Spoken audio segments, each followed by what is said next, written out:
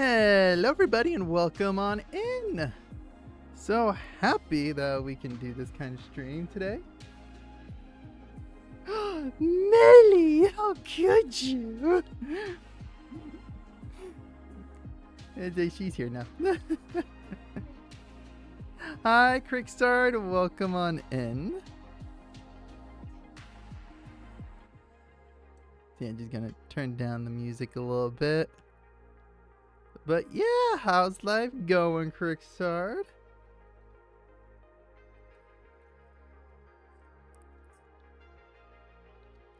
Just gonna take some time, give everybody a chance to come on in. Oh, excuse me. You got a puppy? New doggy. We love doggies. We love puppies. No matter what anybody says, dogs will always forever be puppies.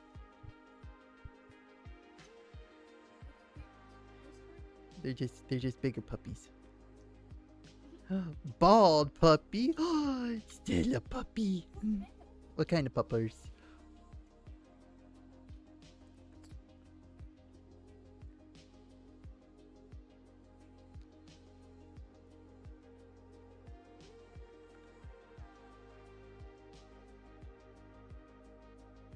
It's a Peruvian dog. Let me see here. I will look it up because I like looking at puppies. Peruvian dog. Oh. Aww.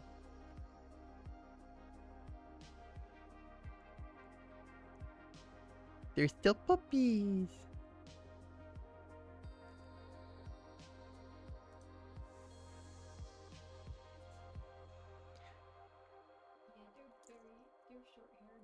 They're very short-haired, yeah.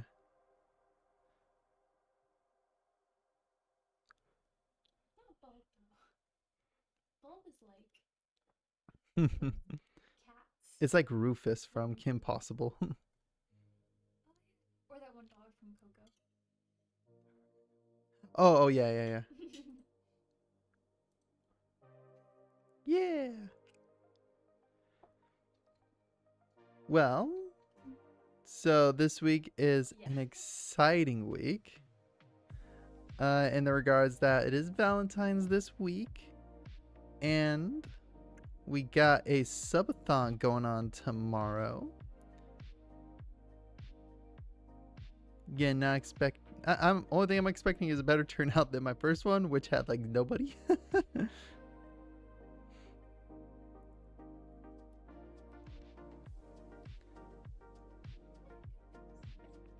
Yeah, a little bit. They look kind of the same.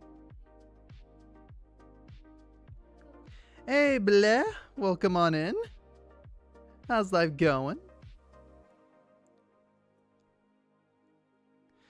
So I just give everybody some time to come on in. Let's gather all around before I start open up the DAW and getting ready to explain my process into sound design. And use the time to kind of chat, catch up on everybody's weekend.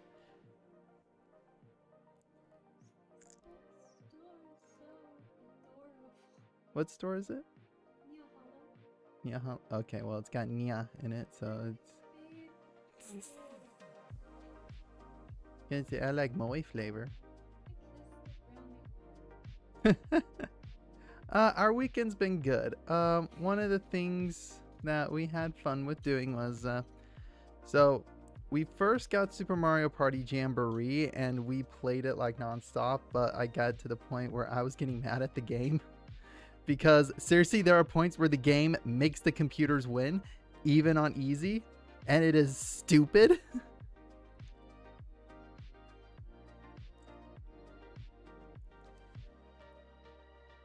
And so it got that paired up with a late night of, and Melly was like, let's play again. I'm like, no, I just want to go to sleep. But we unlocked a new map, okay.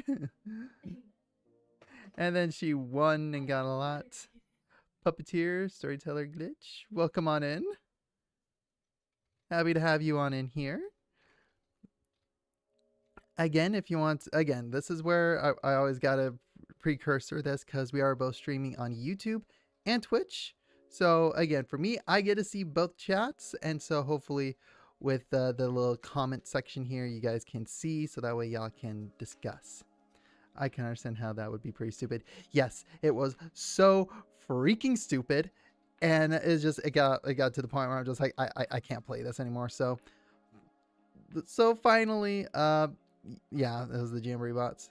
Because, like, again, last night, this is the prime example, okay? We were playing a game, and I took a slight lead. I had, like, seriously, last two turns, I was in the lead with 2 stars, over, like, close to 200 coins. And then the computer, played by Bowser Jr., had 1 star. And again, last 2 turns is getting close to Boo and had like 70 coins. So in my mind's eye, I was like, okay, you know what? I'm going to prepare for this. I did get a golden pipe, went over, got the next star. So I'm sitting at 3 stars.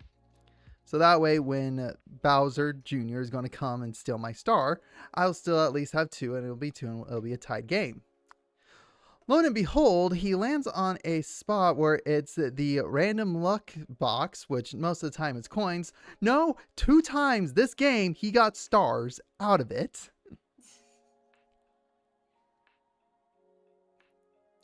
So that pulled him ahead, and then he stole my star. And so I was just like, the game's rigged. The game is rigged. Ooh, I really like that pink one. So cute. Yes, when we got money coming in, because we as poor as shit. Anyway. But yeah, no, it was so rigged. But it's stuff like that kept on happening. It wasn't just a one-time deal. It was like every other game. Like it took the fun out of the game. So I think they might have done like an update or something to where I think now it occurs. I don't know. Me and Melly were able to win a couple games here and there, but it was still. That's fine. I get a better one of these days. My sound design is ass.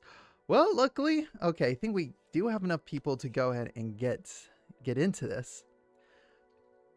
But anyway, so this weekend. One of the reasons why I decided to get back into it is because I wanted to unlock more maps, wanted to unlock the characters, and I figured out how to unlock the characters because one character I wanted to play as was Pauline. And so got Pauline unlocked, and it was during that play that I discovered that when me and Melly went to the store on Friday went to the mall just to dress shop, just have fun trying on dresses, that I looked a lot like Pauline.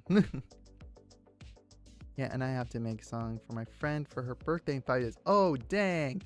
Okay, well, I'm not sure how well again, I'm not that good at making songs. I'm not a song composer, but I can show you my process for sound design. Saw Pauline follow around. Now we need Melly as Mario by my side. Ooh, actually, got one funny video in mind. Let me see if I can find it real quick, because it was a fan dub that me and Melly did. Oh yeah. Yeah, you know which one I'm talking about? That was. Be it meetings or partings. Oh, hey. Yeah.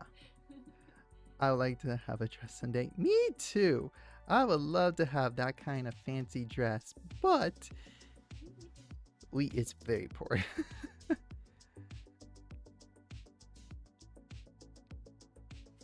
Where? Okay, videos.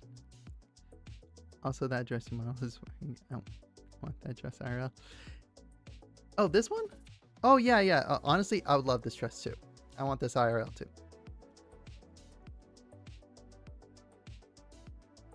Yeah, you have a lot of videos, so it's gonna might take me a sec to find it. Oh, there it is.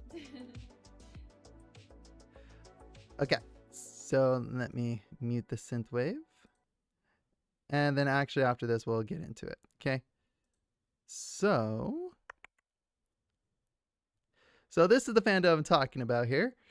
I is in the role of Mario, and she is in the role of Peach.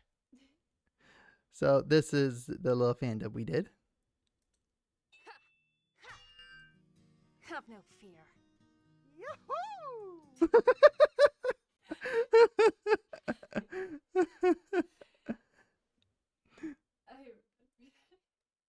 Mostly got scared. Okay, few dresses. Okay. Okay, Sasha. Woohoo! I didn't say that, but I didn't know we were talking. But yeah, that was it. That was the quick little fandom we did. This I can say this is one I helped put together, not the actor in it. But today we're gonna be getting into some sound design, specifically to help with a comic dub. Yeah, thank you. We appreciate it. So let me go ahead and pull that up. I'm going to close this window. Okay. So for anybody that wants to know here, the program that I use primarily for audio mixing, for just about all my work that I do, is through a program called Reaper, which is what this DAW is, okay? DAW stands for Digital Audio Workstation, aka it's the program that you use to mix and master. So primarily, this is what I use for mixing and mastering, and I do this for a lot of different reasons. This is very similar to Pro Tools, which is the industry standard, but at a fraction of the cost. It is a one-time payment of $80, and you get just as many audio tracks, if not more. They have, again, only thing that you pay, reason why you pay Pro Tools as much as you do, is to get all the amazing plugins that come with it. But you can still, like, again, at the end of the day, it's if you have plugins to get the job done, that's honestly really all that really matters, okay? It's getting the job done and having everything look and sound good. So within this, again, me and Melly are putting together another comic dub. I'll go ahead and actually bring up the comic. Just give me one sec. I have it in our Discord. Again, it's technically from, I want to say, the Persona series.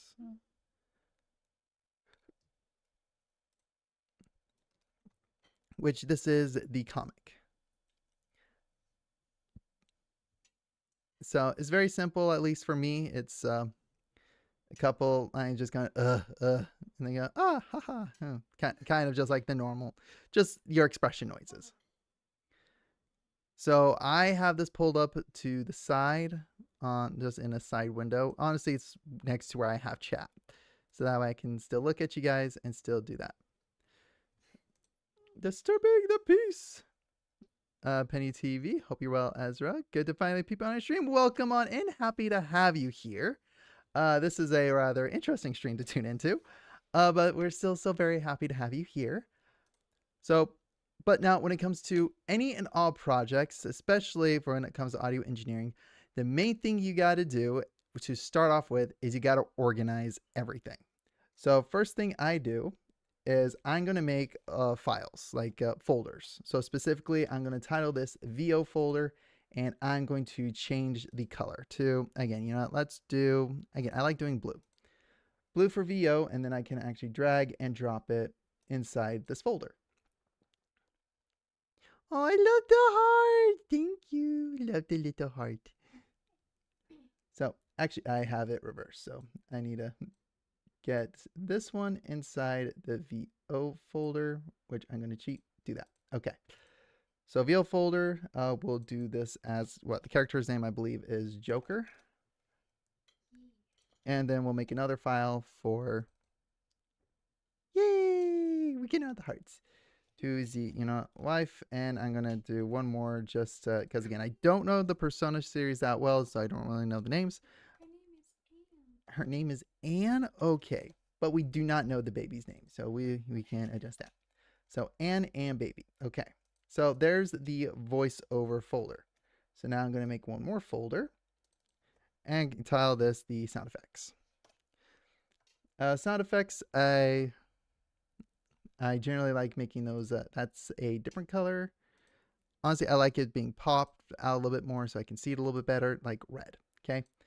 And then from there, let's go ahead and add the handful there. Get those all added to the folder. So then this way, immediately I can have it organized. So that way I can see it very quickly and be able to adjust things as we go.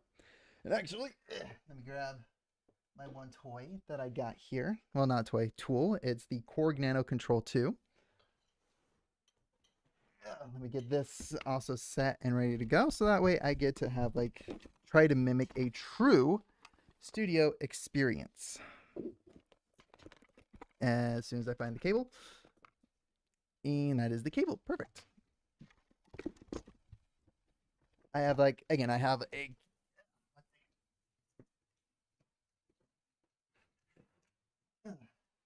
I have those cube shelves where I keep all my like equipment in.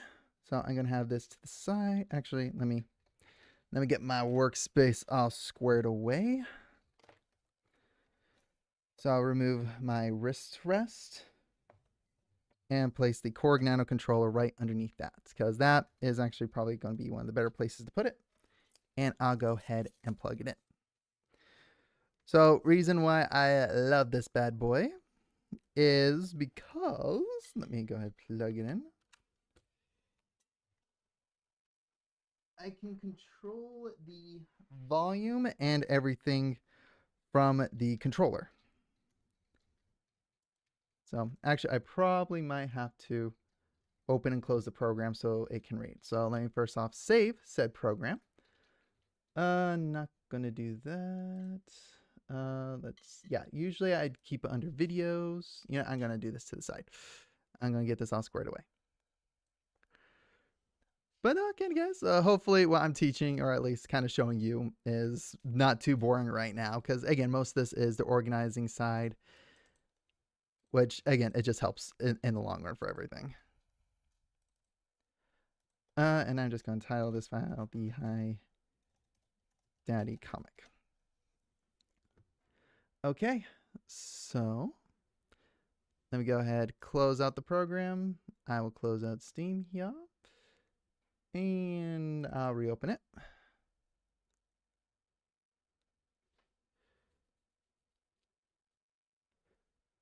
If the program wants to reopen. There we go. And there we go. So now I can hit play. I can hit stop. Perfect. Everything is running through the Korg as well. All right, so first off, let's go ahead in the sound effects. One of the other, we're going to do a subfolder within this folder as well. We're going to title it, again, I'm going to do A and B for ambience. I'm going to change the track color. We'll do pinkish for ambience. And then, yeah, we'll drag and put this one in there. To where the main plugin that I use for most of my sound design is actually going to be called Krotos Studio.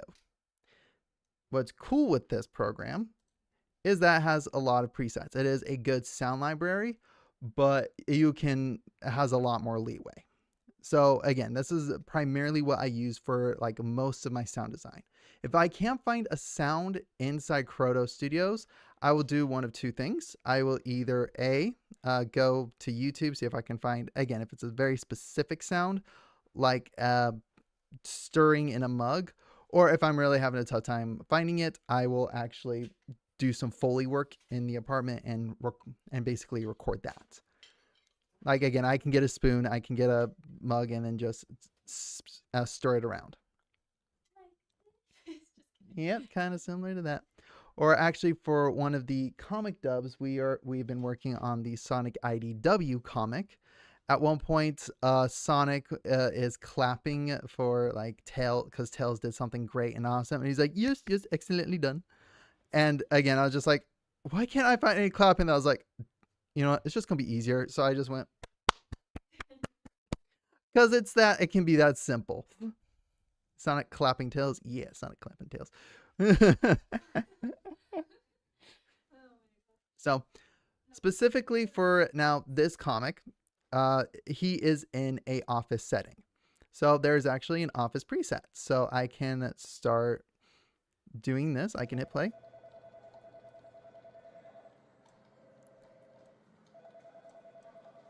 And then I can move it around.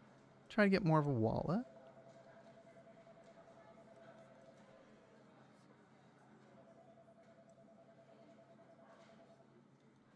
Move it around.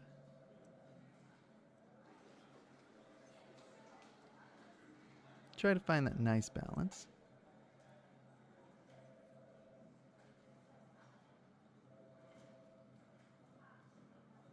And I'm just going to let this hold for about a minute. I'm going to turn up the volume in OBS too, so you guys can hear it a little bit better.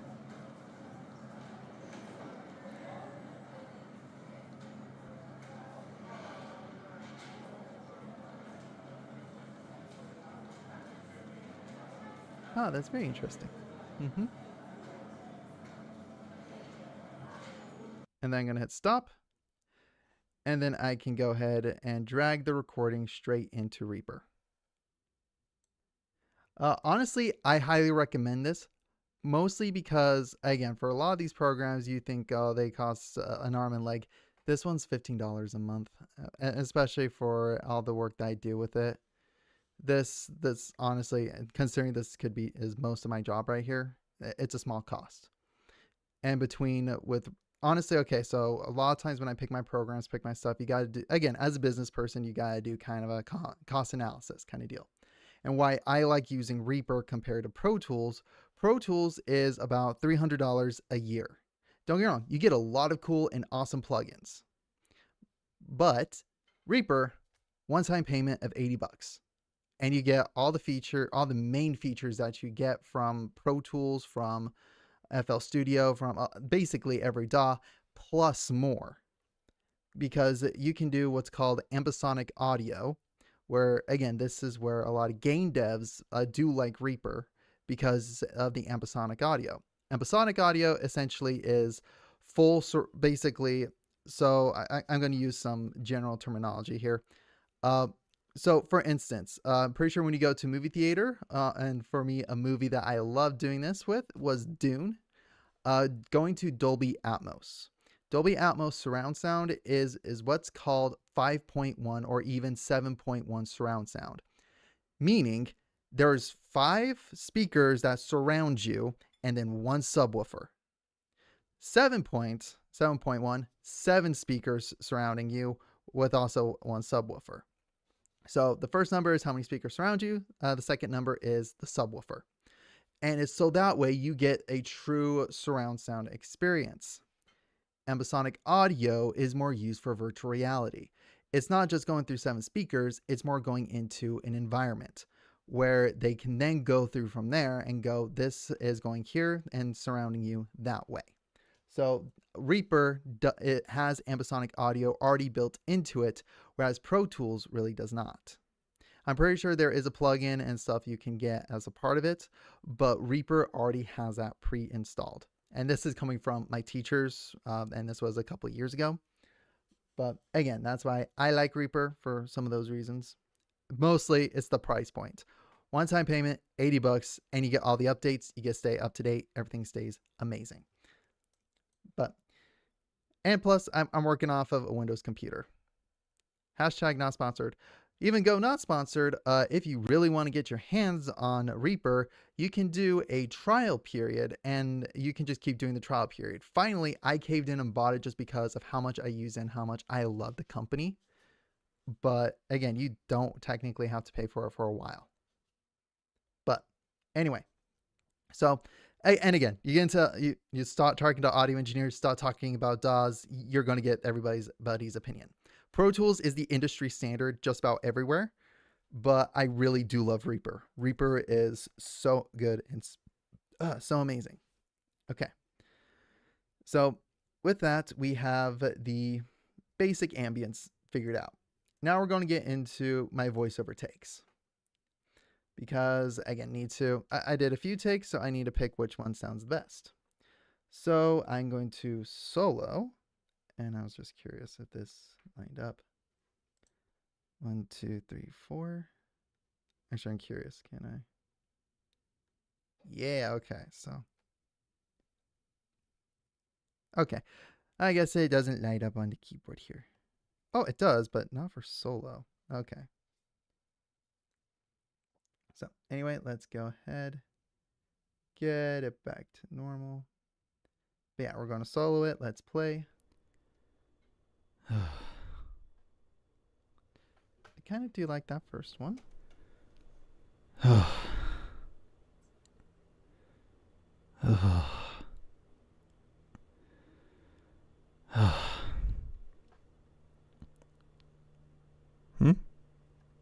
Okay, so right here is going to be the first line. And actually, I really do like the first take, personally.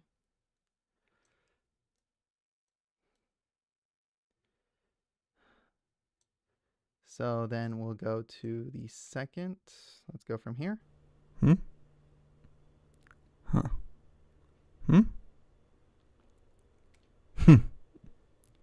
Okay, so don't want to do that. So this is the second line, and then the third line is just more him actually responding, and the first one's a little bit louder. First take's probably the best. Yeah. For the second line, let me go through and listen again. Pretty solid. Yeah, I agree. First take. Let's go that. Okay. And then for the last line.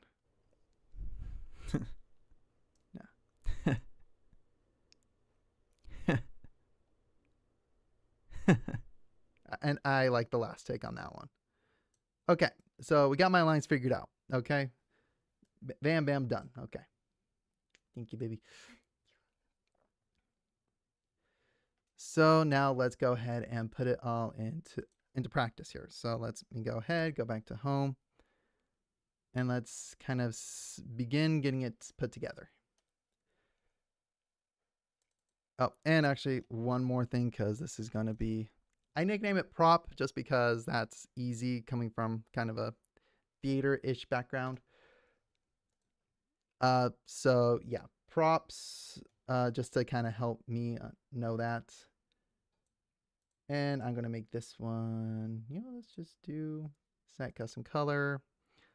Let's just do a green.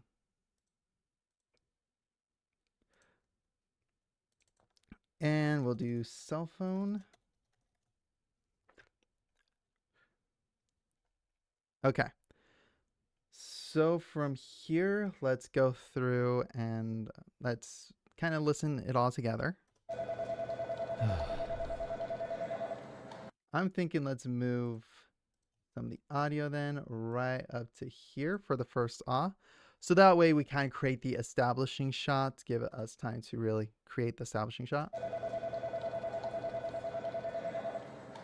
Yeah, I think that might be a little too long. I can then go.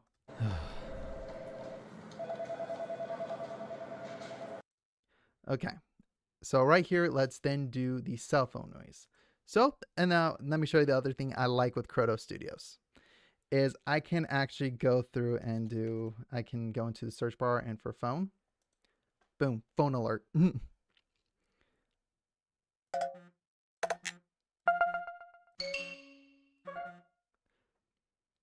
But again, I'm not the biggest fan of those specific ones.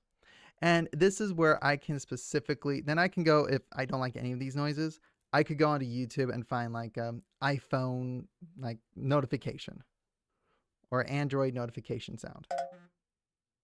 But again, for right now, I can try to at least adjust this, see what happens.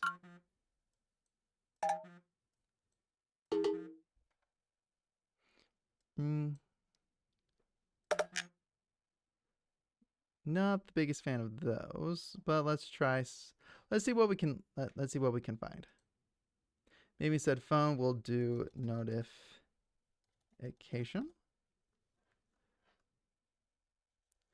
Third-party sources, yeah.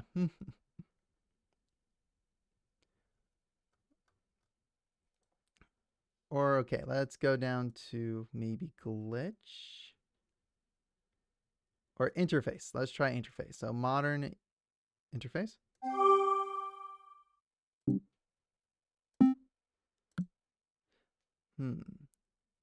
Maybe not those. Oh, okay. This is okay.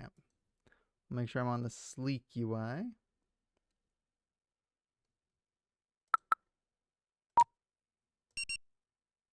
Oh, maybe the alert, just the not that one.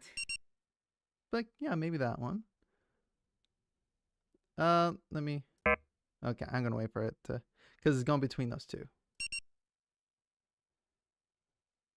Let's go here. First one sound neat. Let's also look at vibrations. Okay, never mind. That's not really good. Vibrations too. Maybe not that one.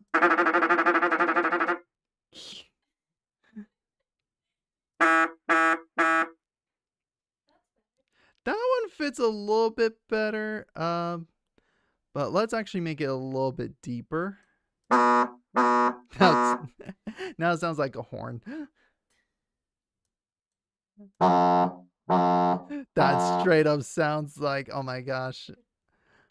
Like we just need like a subwoofer and we got the, oh my gosh.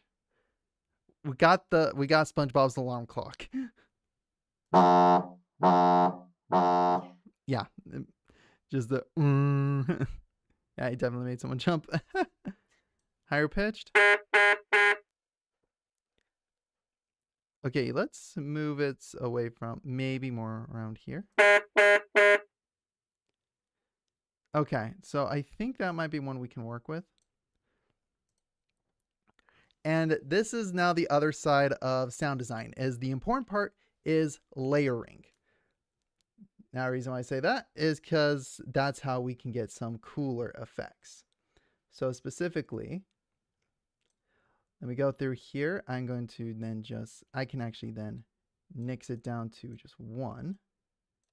Oh, I'm going to turn off the magnet for now, just because in that way I can adjust it a little bit better. Then it's... Actually, maybe we can do all three. Maybe we do the alert.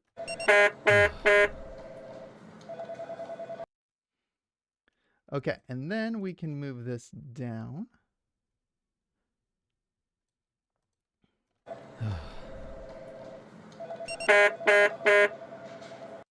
then yeah, just we can then scoot this up.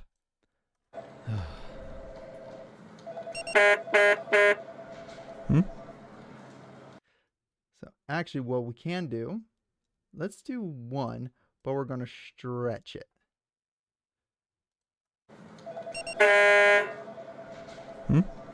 Maybe not that long. And actually we're going to then quiet this down. Yeah, let's do that. And then there we go. So let's actually take the playhead back. Let's then listen to it now.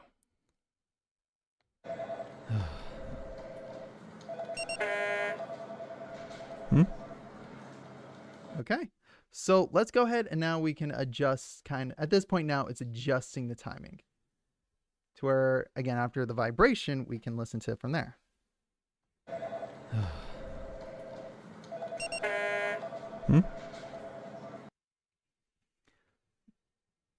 There we go. That's to kind of start off with. Then basically that's going to be the end of the first panel. So I'm going to put a marker for the second panel. Where then we can... Actually, we're going to add a moving sound effect because, again, when you pick up your phone, it makes a sound. Everything you do makes a sound. So let's actually, ironically, what I have found works best is a sliding door.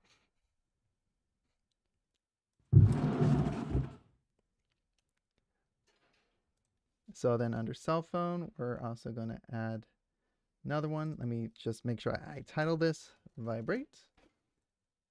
I'm going to move it up above and then slide. Go back to Krotos. Drag and drop it. Gonna adjust the timing a little bit on it.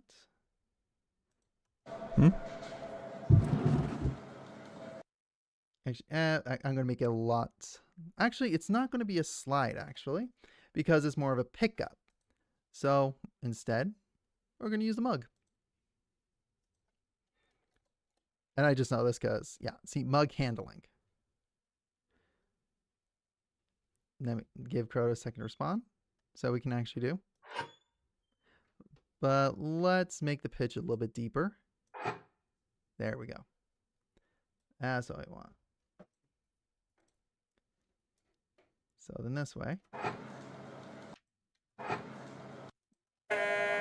So actually, we can then scoot this a little bit closer.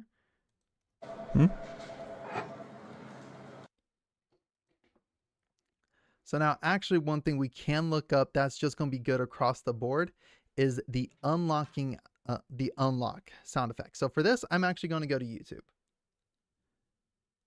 Now it's not exactly like the most best here, but again, YouTube has actually some copyright-free sound effects that you can use that just work good all across the board.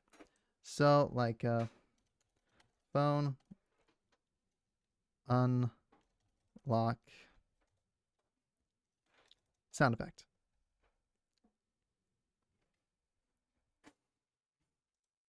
So like, not that one, not that one, not that one, definitely not that one. Nope. No. That's better. Of course, it's the last one. Here, we'll do this one. There we go. Actually, it just sounds like a lock, like a door opening kind of deal. So let's actually see and copy what we can do. Let's go with, I think it would be maybe under Foley. Yeah, we got the ooh, mouse click could also work too. So seriously, this is what it comes down to, is you listen to some of these sound effects and then you try to match it and make it your own. Because again, that's the difference between copying and art.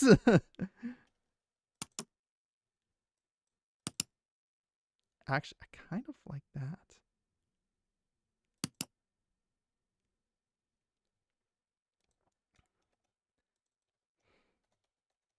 So let's do unlock.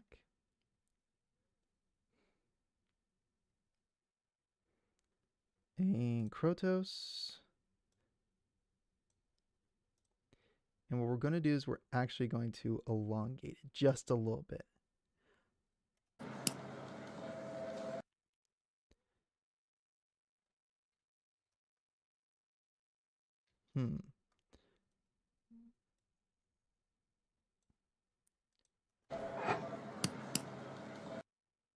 Nah, not that much. A little bit shorter. There we go. But now let's go ahead and actually, we need to make it sound a little bit deeper. So we're going to mess with the pitch. So with that, we're going to go into plugins. Specifically, one of the plugins that I know gets used a lot, and I'm gonna attempt to use it, is called Little Alter Boy by Sound Toys. So, and now we're gonna actually link them. We're gonna let's do 3. There we go. And maybe let's actually bring it a little bit closer. A little bit deeper. A little bit deeper. There we go. That's kind of how I want it. Okay. So now you can see how sound design can be a little time consuming. It's because you have to look at every little aspect, every little detail, and go from there. Okay, so then with that, phone is unlocking.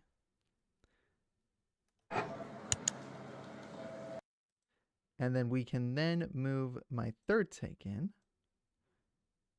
because this is about where panel 3 starts.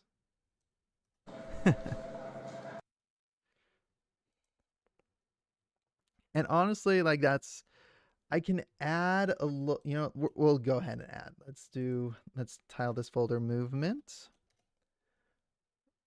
I'll go ahead, add another layer to it. We'll make this color icon, you know what, random color. Okay, good with that.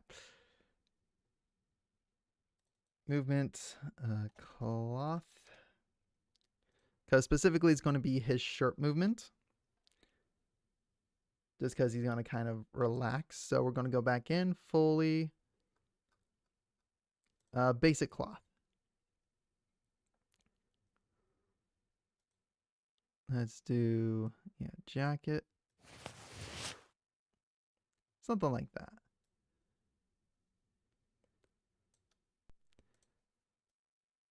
Line it up there.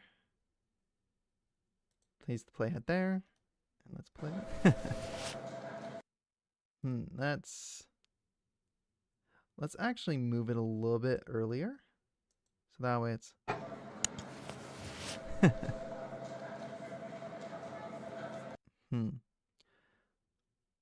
Let's actually shorten this a little bit. Doggy was eeping on my chest. Oh no. I'm sorry. Oh, I hope she's feeling better. I hope the pupper's feeling better. So actually we can then move this a little bit further in. And then, okay, let's then play it from here.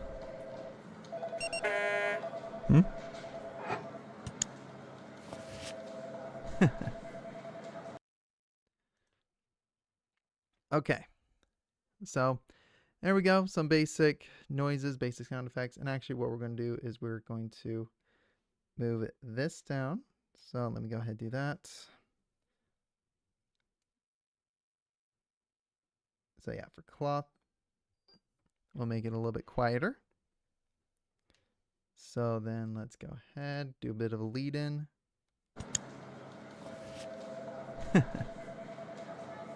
Okay, so let's move it forward just a little bit.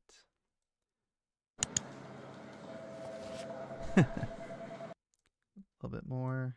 Because actually maybe let's kind of have it more together. Yeah, that sounds a little bit better. Okay.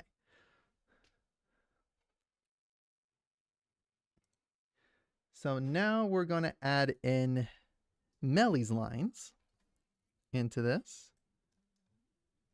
So I'm going to bring in Anne's lines here.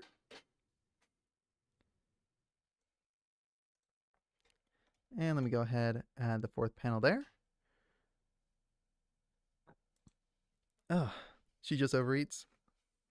And makes sense, especially with puppies. Depends. Oh my gosh, excuse me. My gosh, my body's just like not trying, doesn't know what it's doing. Yes, please. Thank you, baby. Okay. So let's go ahead and solo track 2. So let's go ahead and pick. Say hi to Daddy. Say hi to Daddy. Say hi to Daddy. Okay, I'm just going to segment it. There we go.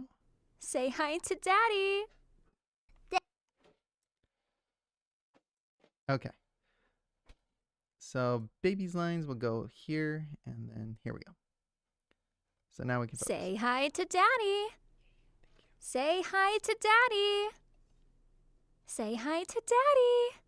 Say hi to Daddy. I think I like take number 3 because I like the change in tone.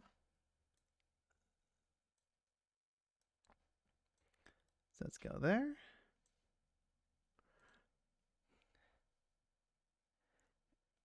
And then let's go ahead and then do the baby. So track 3, we'll solo that. Dada. Dada. Dada. I think I actually like take 3 on that one. What do you think, Melly? Okay, she says she thinks. Okay. We'll go take 3 then. We'll remove the solo. Okay. But now what we're going to do, just to add effects to this, is we are going to make it... Yeah, where do the rest of the voice lines go? Does it just disappear when you lock into an option? Okay, so what I've been saying is I'm soloing. So that means I'm taking this specific channel and just focusing and listening in on it. So that way I can pay attention to that. Hey, Combo 15, welcome on in. So essentially it just mutes all the other channels essentially while keeping this one going there. So that's essentially what this does. Dada. So it focuses on just that. So by the time I remove the solo, I can hear her background voice. Oh yeah. You're gonna hear her. You're gonna hear Melly every so often. What's up? Yeah, she's just right next to me. That's all it is. Now I heard you play again. I got a very sensitive microphone. I am using a a Skylight 512 condenser microphone. So yeah, you're gonna hear everything in the background because I don't have any other audio going. Melly is always present. Exactly.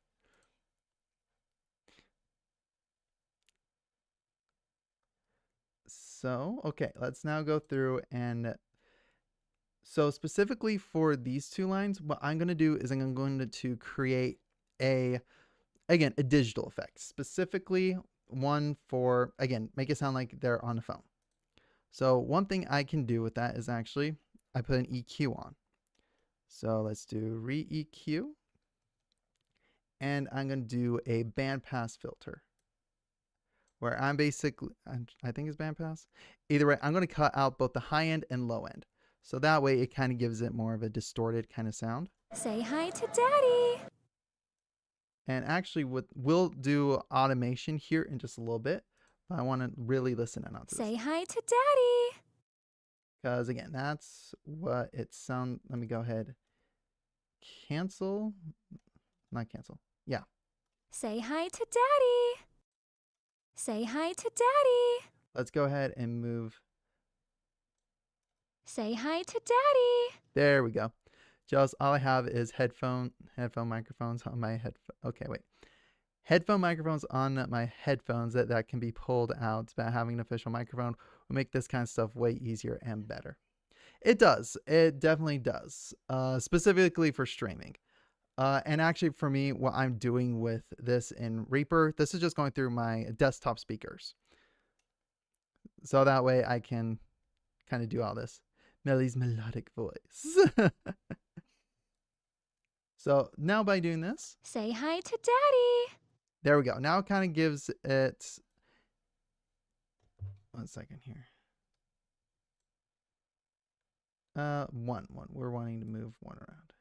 Say hi to Daddy. There we go. Now it kind of gives that little bit more muffled effect. Now we're going to add, oh, whoops, wrong one. Wrong channel. Now we're going to add a bit more of a digital effect to it. And actually, the one that I like to use is oddly in a pitch shifter. It is the Grelion 2 by Auburn Sounds. And what I like to do is then I can up the quantization. Say hi to Daddy. We don't want it like that. We don't want it like that grainy. Say hi to Daddy. Let's go ahead, bring it down a little bit. Say hi to Daddy. There we go. A little bit less. Say hi to Daddy. There we go. Say hi to Daddy. There we go. Now we give it that kind of a grainy effect. So it really does sound like it's coming through a phone. Say hi to Daddy. And then what I'm actually going to do is I believe if I hold control, I can drag them over to the next channel. So then that way it will also pick up for the baby. Say hi to Daddy. Dada. There we go. Although we do need to turn baby down just a wee bit because baby's peeking. Say hi to Daddy. Dada. There we go. So that's kind of like, again, right now I got the basic bare bones. This is what we're trying to go for. Okay. So now what I'm wanting to add, let me see here. What else was I going to want to add to this?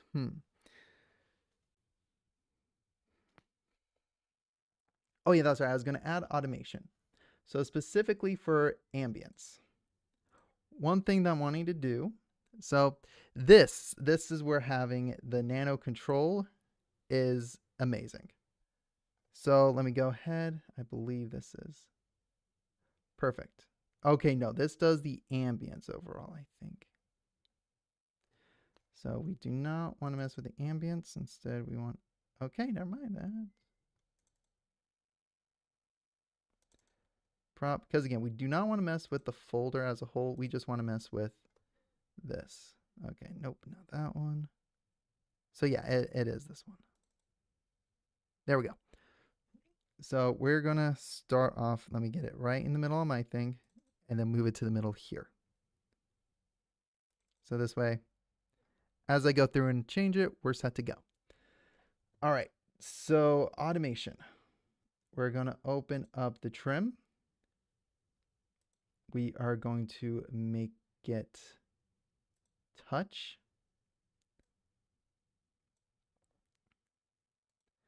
And right now, let me see here. Where'd that folder go?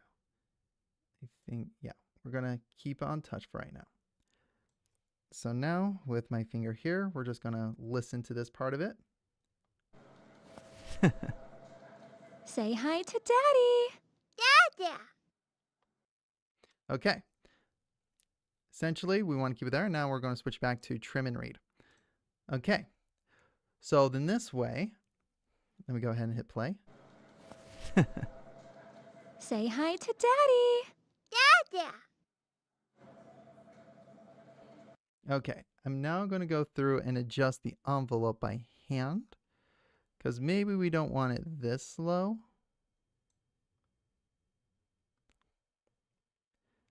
And then we do want it to kind of re-pick up, but not super sharply. So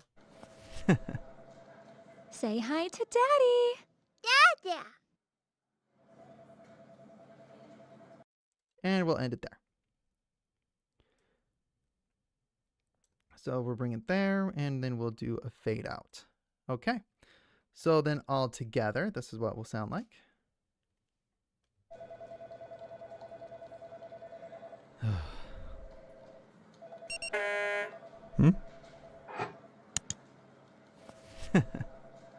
Say hi to Daddy. Dada. So let's actually move this automation up.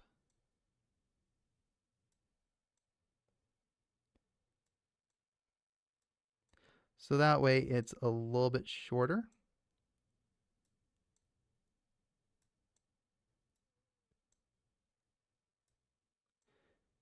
And then, yeah, we can go from there. Let me see how that. Say hi to Daddy. Dada. Say hi to Daddy. Dada. A little bit longer. Okay. And here we go. From the beginning one more time.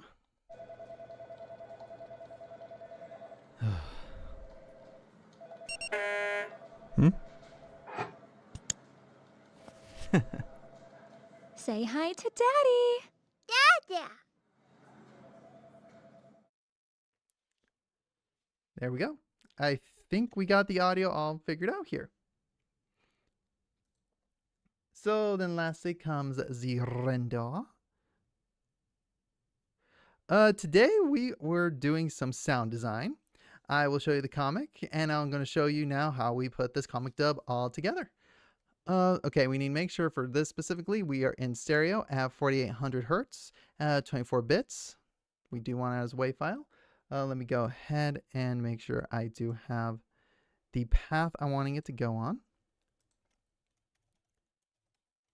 Final, let me do that. Then I'm going to go ahead, Control C, Control V for the directory, and then we can render it. There we go. With that all done, I'm going to go ahead and save this. Hello, Daywatch. Yep. Happy you can join us, Daywatch. So now I'm going to go ahead and open up DaVinci Resolve.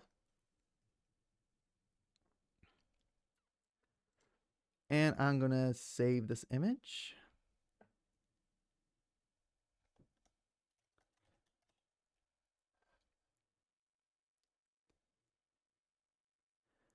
And I'm just going to wait for DaVinci to load up here.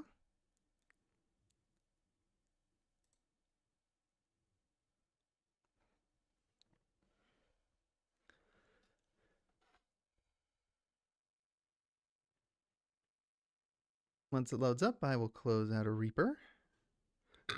Oh, excusez-moi.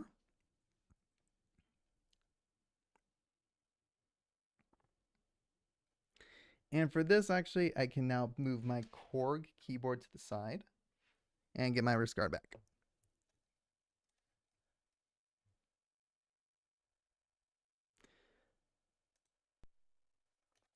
Just gotta make sure I hit save. I'm gonna close this down. I can now close out a Krotos as well. And then, yeah, we're gonna wait for Blackmagic Design to kind of kick up.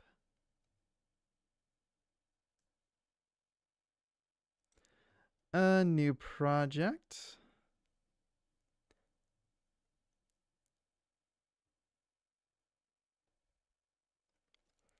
Because again, as you see, there's a lot that I do here for video editing.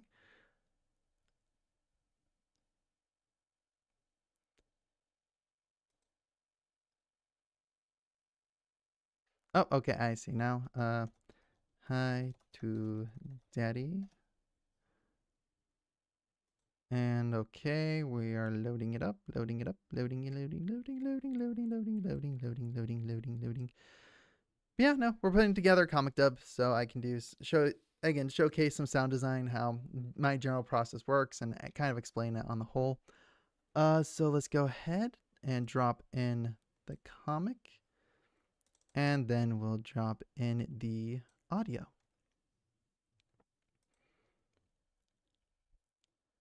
So then,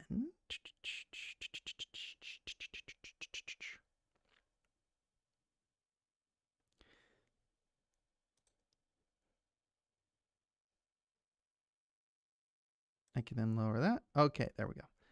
I can now see OBS. I can see everything I need to. Oh, 1 sec. Let me make sure it's there we go. It was sized in properly, so I wasn't able to click on the menu. I was like, why wasn't it working? Okay, so here's the comic. Let me go ahead and get this put in, because there we go. That's going to be the length of time. So then, yeah, this is where knowing key shortcuts helps a ton.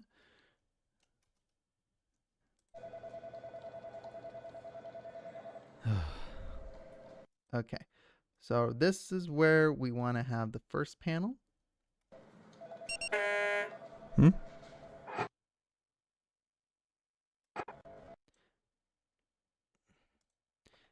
That's where I want the second panel.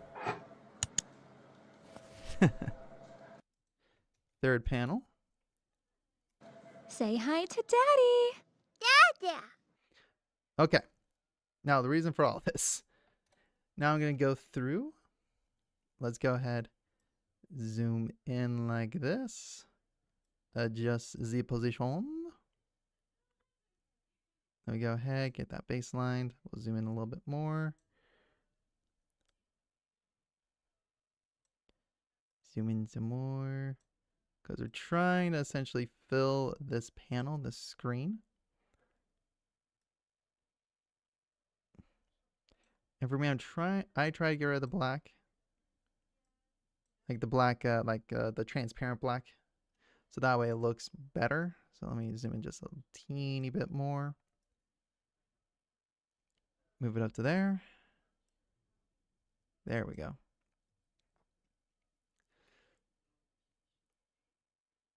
Okay. So now I'm going to do some basic keyframing.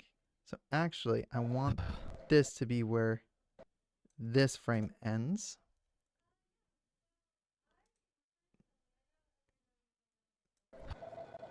So then I can then start here. Oh, wait. Let me also make sure I do add the position part, because when it comes to editing, you want to be able to have the position and the zoom in sync, specifically for what I'm going to be doing for this. Bring it back to the beginning. So I'm going to zoom in a lot more, but I'm going to have the position. I'm going to kind of more focus on here and then have it pan out. Kind of like that. But do I want it there, or do I want it? Actually, you know what? I think here might be a good place to start. There we go. Because now,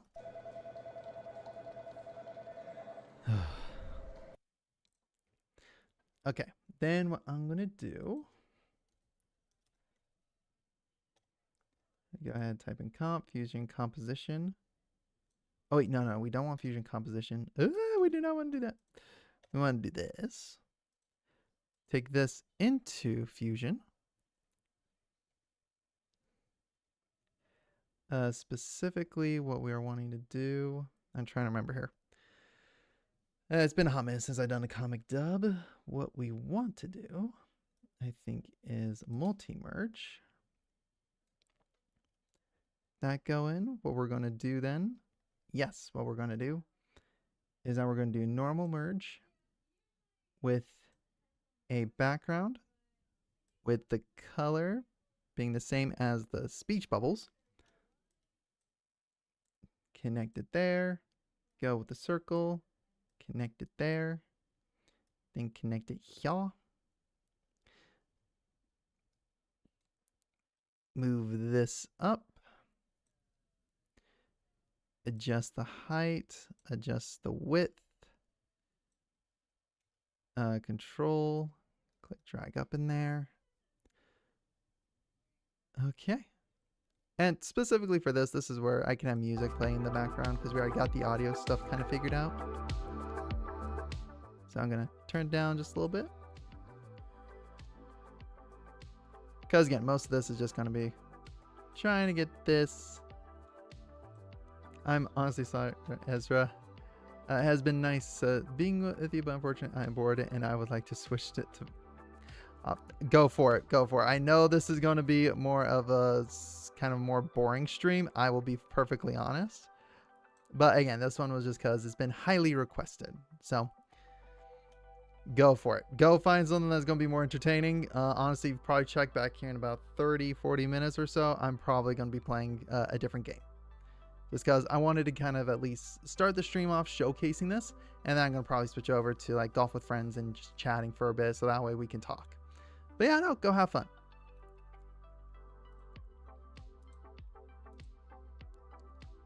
Okay, there we go. Now we got that bubble over.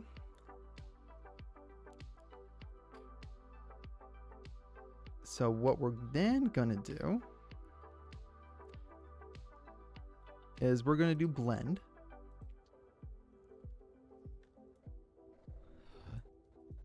So actually, one sec. Blend it there. Go over here and make it nothing. Okay, so now I'm gonna mute the music because then it's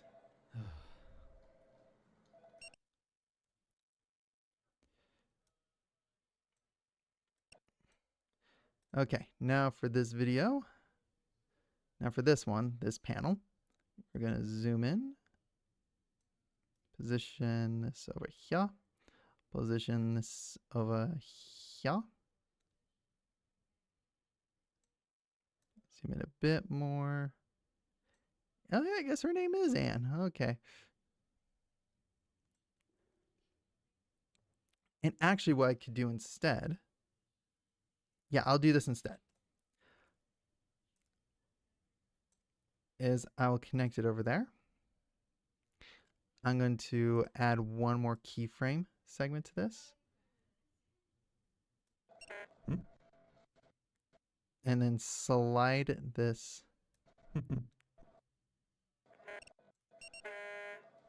after that, it's going to immediately slide over to here.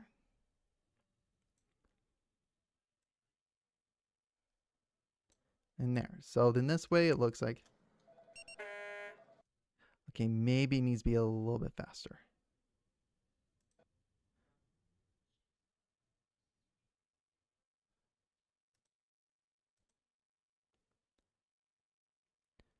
So let me make sure here. Oh, okay, I see, I see.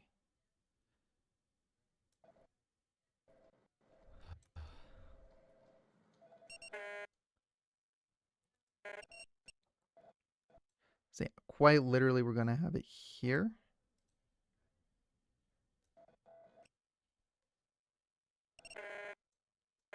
And about right here. This is where we're gonna slide it over to here. Zoom in. Yeah. Okay. Let's see how that looks.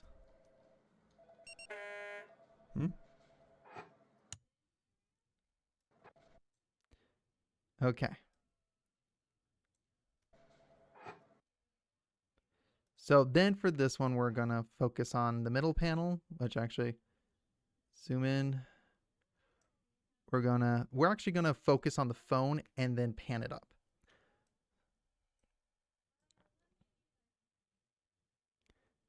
Kind of like that. Let me zoom in because I want to have the phone in hand when we make that adjustment up. Like that. There we go. Now we can add the keyframe to start here.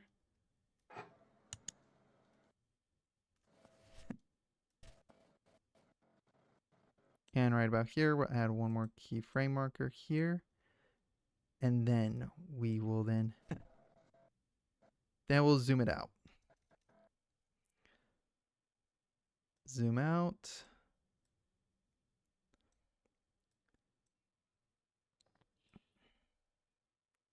Just like that. Okay, zoom it in just a smidge. Just like that. Perfect. So then Say hi to and then this last bit. this is where we get a little bit tricky. So yes, we are going to zoom in like we have before. We're going to position it down. And yes, I do not know why I'm using a Russian accent. Don't ask.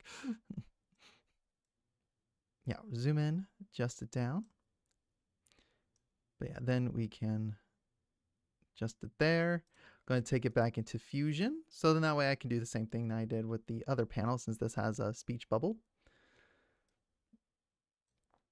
Let's do that. Merge, background, color, attach, oval, there, attach, put there. Turn music back on while I get this.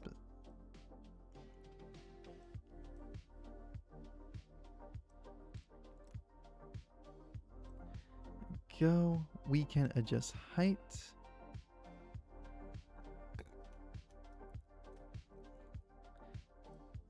There we go.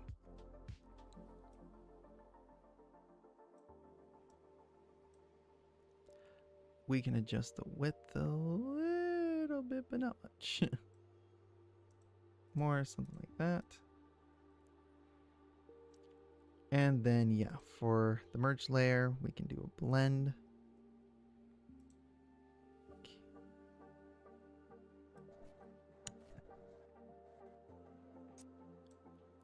And then right there is where we want the blend to start.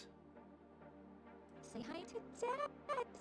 Yeah, we're about halfway through. I want it to disappear. Okay.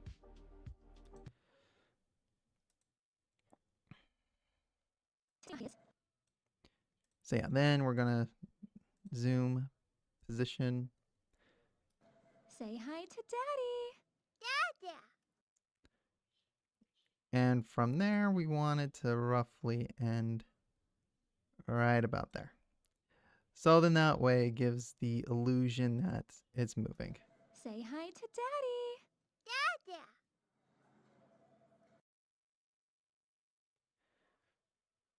And then we can add a video transition to cross dissolve it. But now we're going to add one more effect to this, just to really make it pop.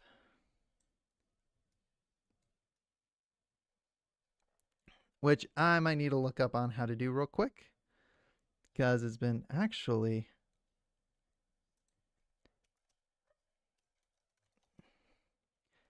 fast noise.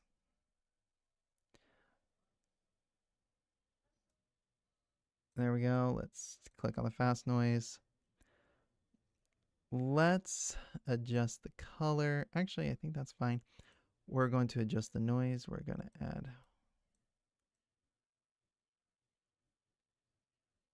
not crazy ton detail. Actually, brightness.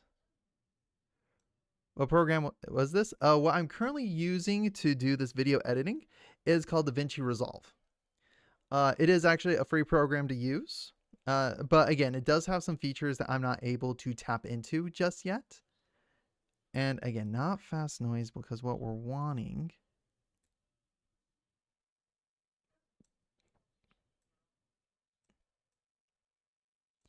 not see right. Okay, guess it's not fast noise. Because specifically what I'm wanting to do is kind of give it that grainy look. So what I can do maybe, let me see here. Yeah, let's see about a filter. Can I use a filter?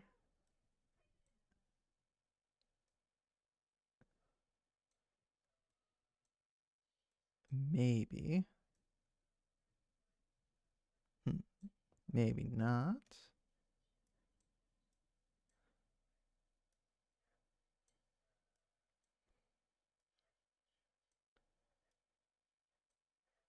Oh, no, we can do filter. Never mind. I do this.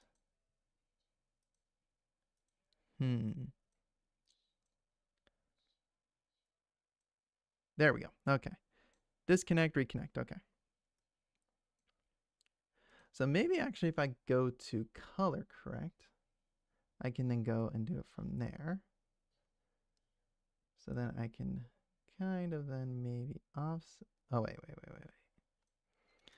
Let me do this. I need to add a node. Let's make it a corrector, land it on top there, because then with this I can go crazy.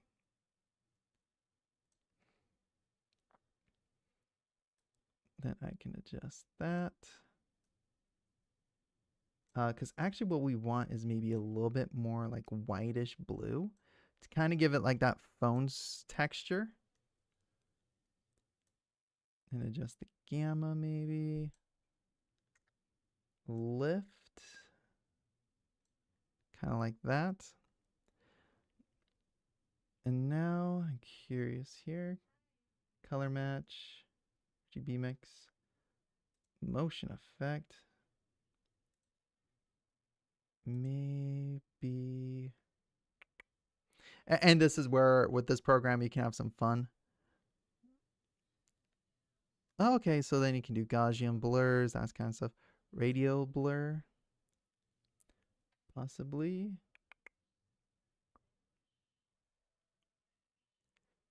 Okay, not like that. Okay.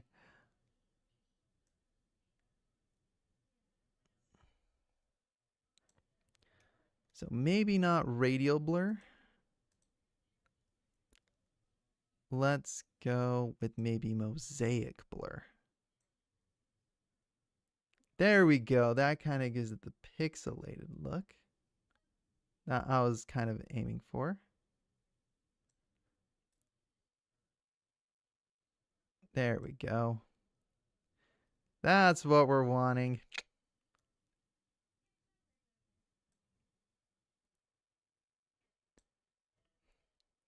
Okay. Okay. So let's now see how it all looks together.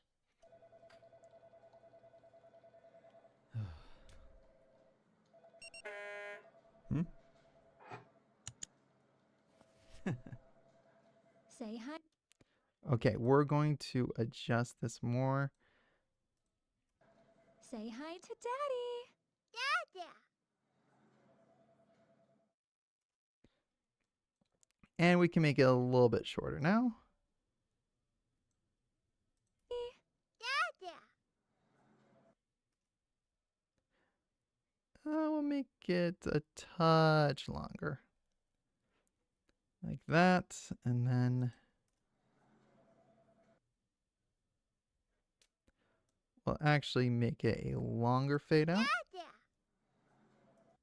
And then therefore I can make it just a smidge longer. Da. And just like that. That is the comic dub. From start to finish. That is the entire process for, again, how I make a comic dub. Actually, I'm curious. Okay. Is generally you find a comic first, we record our lines, I go through, do some sound design effects, bring it on in here, do some visual effects.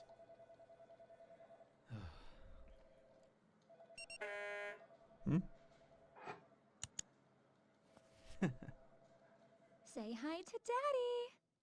Dada. All right, I think it looks pretty good. So then last thing, the very last step in all of this, actually second to last step. Took notes for a personal project. But yeah, no, seriously, like most of the stuff that I use besides Krotos, you can use for free. Like you can get on, you can do it so that way you can make your projects. But yeah, it's seriously like I was involved in this. Because DaVinci Resolve, free to use. Reaper, free to use. Both DaVinci is basically infinitely free until you, if you want to get more of the perks, more of the plugins, all that kind of stuff, then you need to purchase it. But for the basic, again, for most of my basic editing, I get away with the free version.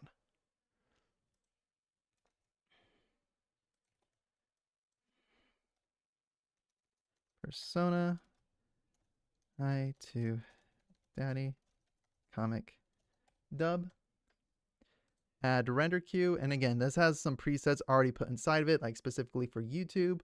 But if you do Vimeo, TikTok, Dropbox, Final Cut, Premiere, Audio, Pro Tools, for crying out loud, they have it all set for you to go in here. So then, yep, add render queue, render, and for something kind of this small, it shouldn't take too long. And voila, it's all done. I hit save. We go ahead, double click so we can watch the video together.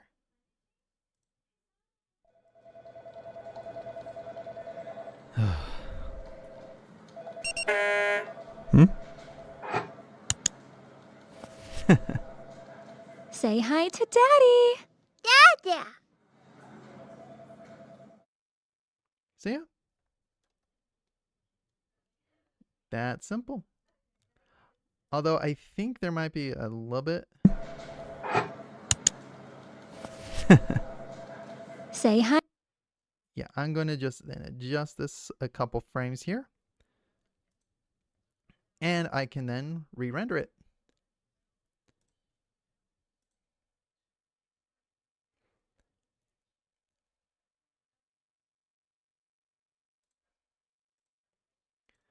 So now let's double check.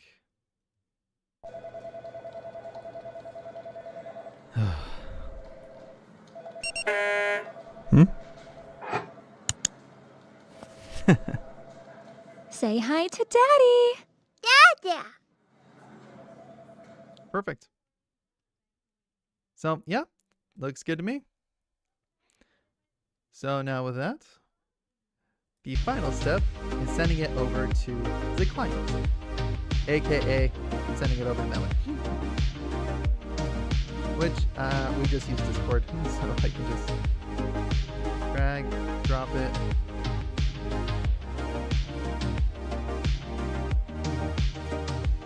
And there we go. Sends it over, so then she will be posting it on YouTube here in a little bit. So yeah, that is essentially sound design, video production for a comic dub. Nice and easy. I'm going to bring it over to just chatting for a sec now while I go ahead and close out the program. But yeah, so what did you guys think?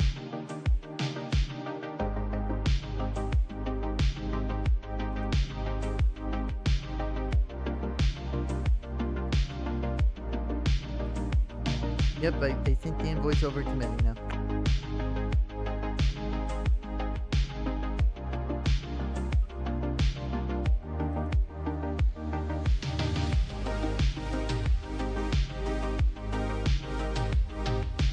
I will actually revisit this bot as a tutorial. Yeah, I can. What I might do is I might reformat it so that way and then post it on YouTube. I'm just like, here's a quick guide on how I make my comic dubs.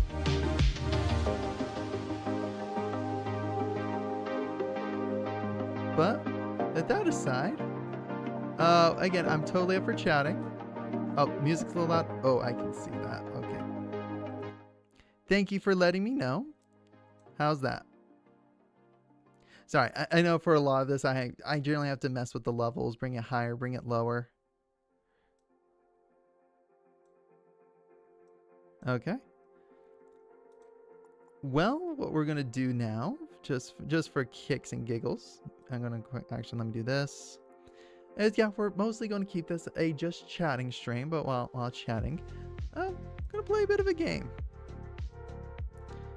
Just a game that I know I can multitask to, although I might adjust a couple of the settings, and y'all can make fun of me for either how good or how bad I am at a game.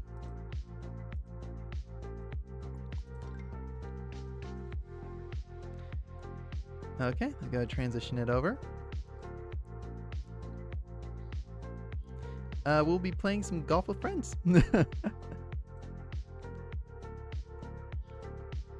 So then that way, actually let me just turn this down a little bit.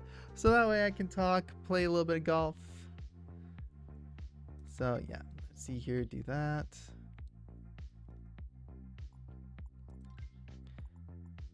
And say, I'm good with my ball, I'm good with my teacup.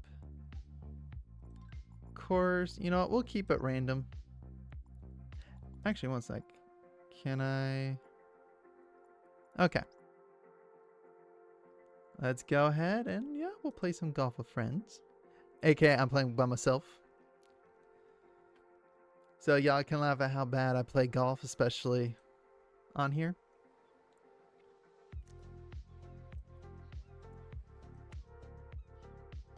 See, yeah, immediately off the map. On a part 2.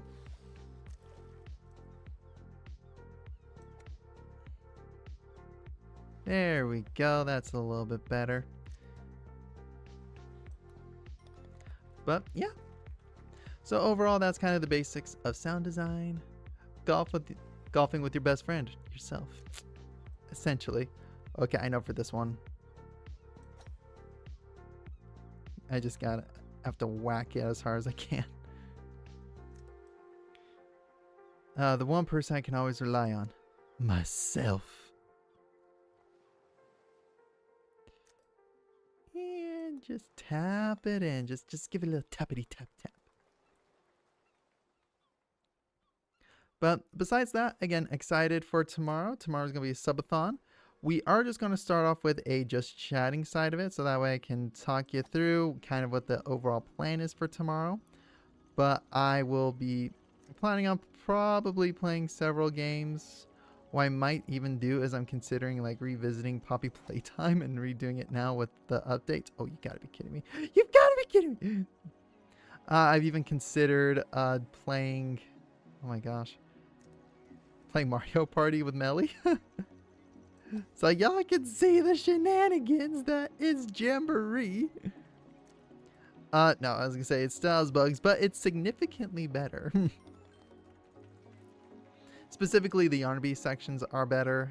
And actually, I believe they will implement some of the newer, not newer, they will be implementing some newer stuff later on. But it's just not in the game just yet. Well, it is coded in the game, but it's not like released, so to speak. There we go. There's a birdie. I've even considered doing like a tier list where, again, I will actually, I could do the Warhammer stream just off the cuff.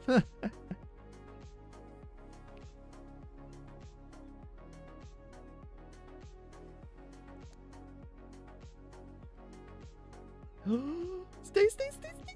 Yes!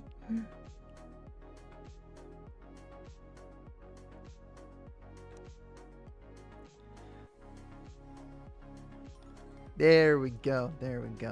Now I'm getting back to being below par. What time is it going to be? Tomorrow is going to be starting at 1 p.m. Central Standard Time. If you want to know what's going to be like for your local time zone, you can actually, I have it on my scheduler on Twitch here. So you guys can then go through and look over there. And it will be more localized to your specific time zone. But yeah, it's going to be 1 o'clock p.m. Central Standard Time.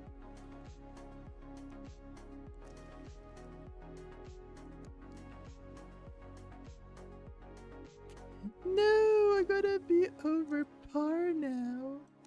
Actually, I might just be on par. Come on. There we go. Bogey.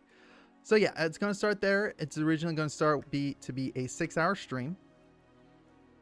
Where, again, I'm still trying to come up with like some games just because it's going to be like, okay, well, and again, that's why I was like, I could do Poppy Playtime again because that game took me 6 hours to complete. Oh, wow. See, it's like this. I am very inconsistent. Sometimes my shots are great. Other times I'm like hitting this. I'm going insane. And actually after this, I will show you guys kind of what the sub goals are. Sub goals to sub rewards. Should we hit the goals? Because again, I think I've shown it before, but I will show it again. I like playing with Hawkeye. Yeah, it's honestly, exactly. It's like my Hawkeye gameplay.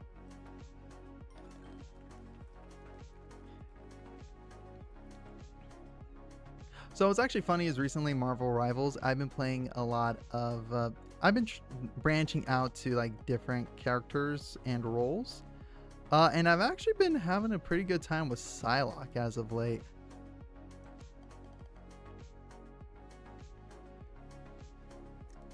Because I'm going to be honest, Psylocke was a low-key, a small gateway for me as a child in a lot of ways.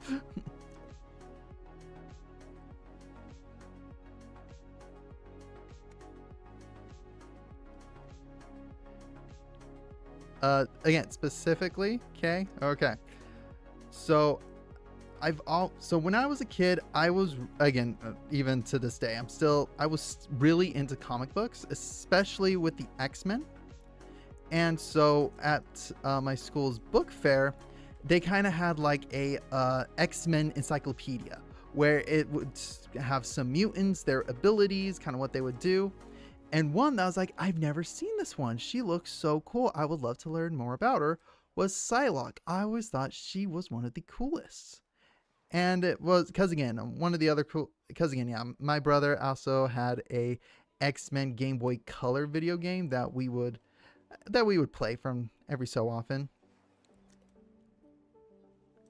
And again, it just kind of, but that's how I learned about Gambit. That's how I knew about Wolverine, Storm, like those, the kind of, I'd say the main character titles. Plus add in the,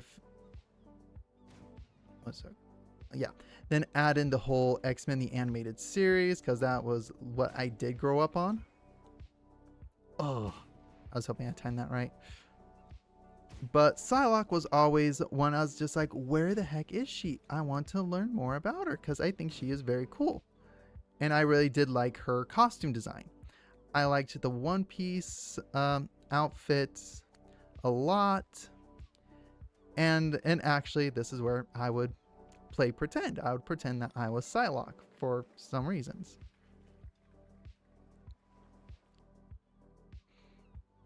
Again, that's why I say it was just like a early awakening time, specifically in that regard.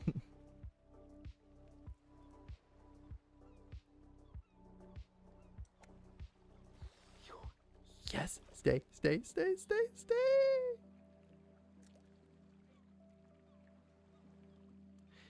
See, I try to be wholesome. Okay, I'm very contradictory. Because it's like this, in one respect, I do like to be wholesome, but I also like to look and feel sexy. So it's just, that's where I contradict myself. I will be fully honest and transparent there.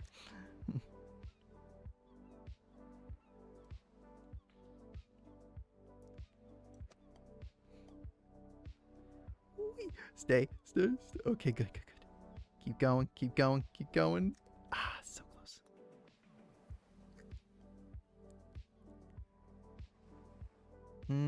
Okay. Made almost. Okay, made par.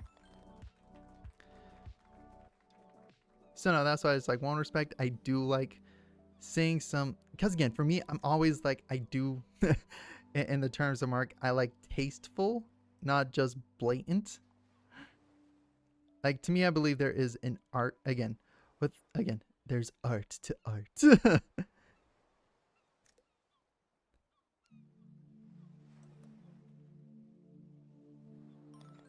So for me, it's in one respect, I was just like, if I get fan art of stuff, I want it to be tasteful. That's always my one goal, is like, no matter what, I want it to be tasteful. There's art. There is one art piece, which I actually use quite a bit. Oh yeah, there's art and then there's art. Okay. I gotta check something here one sec, because it sounds like it's pouring rain right now. You're cute. Aw, thank you. Thank you, Blair.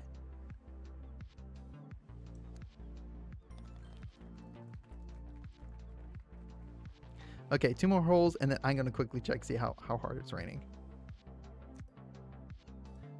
I believe... there we go.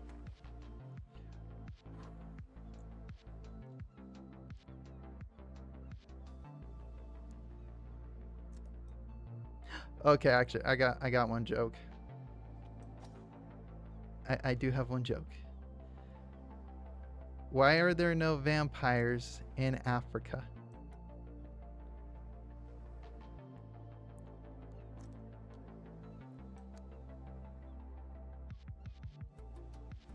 Oh, I get a bogey. It's because they bless the rains down in Africa.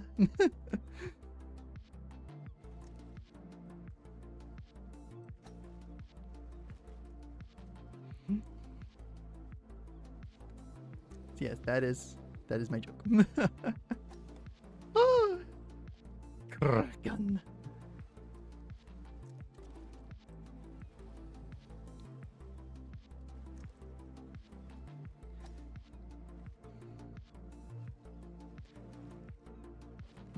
So yeah, that's my one ring joke.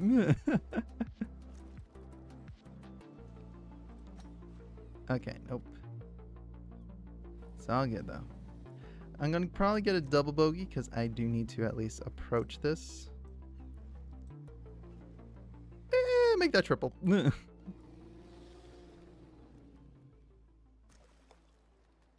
Oh, okay, never mind. I think you might have knocked me right where I want to be. Ah, so close. I need a little bit more. Africa by Toad. I just remember like the Family Guy sequence. Oh yeah. Okay. I wanna get a poll here. A small poll. Okay.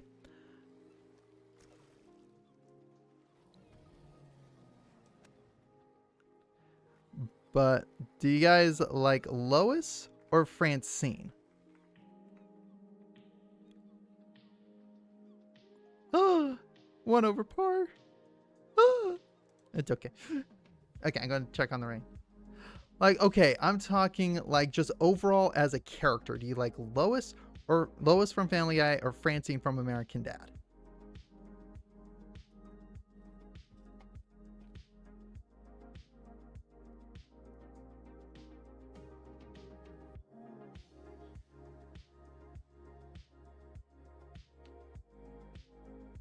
Oh, it's pouring rain. It is pouring.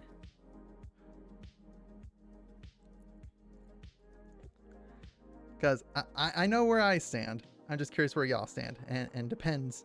I'm willing to fight on this. Rain.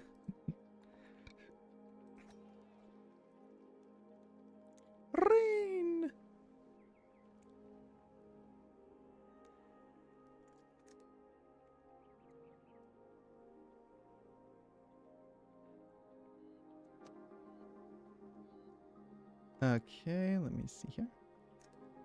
Francine? Okay. Francine is my spirit animal. Okay. Okay, Crick's hard. Just want to see where y'all stand. Par!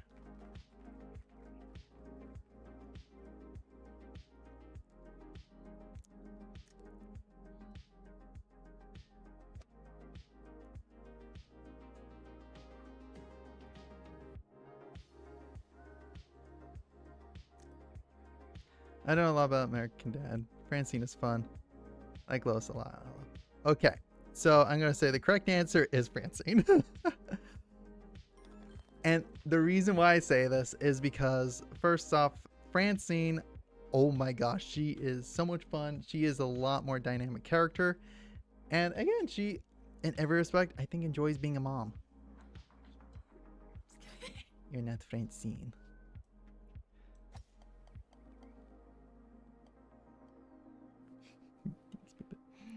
Are you playing golf? Yep, playing golf while chatting since I finished the comic dub, which is in your Discord. I saw. Okay. I was in a meeting. I understand. Do you want a cookie? Yes, I'll take a cookie. But yeah, so again, with Lois though, like, honestly, as time has gone on, she's just like depressed. Like, she's just depressed. Francine though, she parties. Yep. American Dad versus Family Guy kind of thing. Who wouldn't like a mom when you have wine? And it's like this. It's like Lois is just, oh my gosh. I don't really, like, even as a kid, I never understood. And sorry, reason why this got brought up is I was cruising Twitter the other day, and people were like, okay, who's better, Francine or Lois?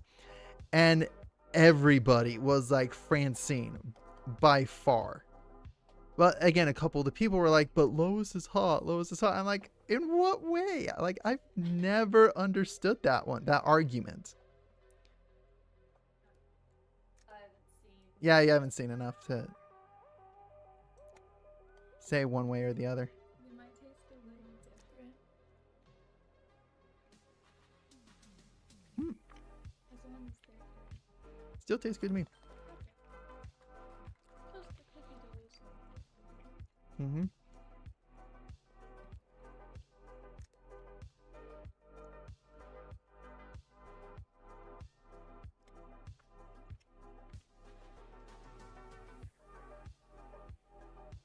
And just, I love Stan and Francine's relationship.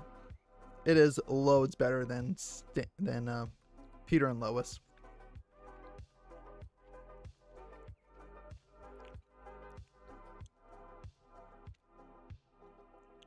But for me, that's just more kind of like endearing instead of like actually liking her. Oh, Pride Wolf, you missed the entire sound design part.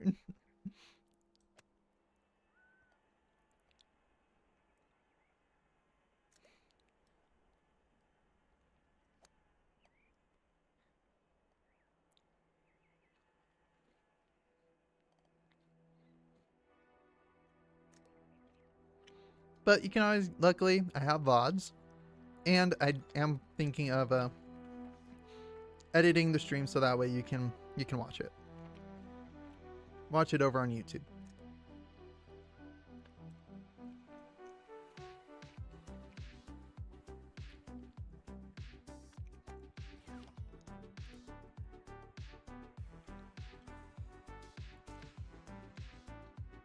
So that's just my thing. Is just like, again, Francine feels like she has depth, character development, whereas Lois just doesn't. Like, I don't know. It's just like she seems very superficial. And like Francine will stay by Stan. Francine stays by Stan, whereas Lois has turned on and cheated on Peter time and time again.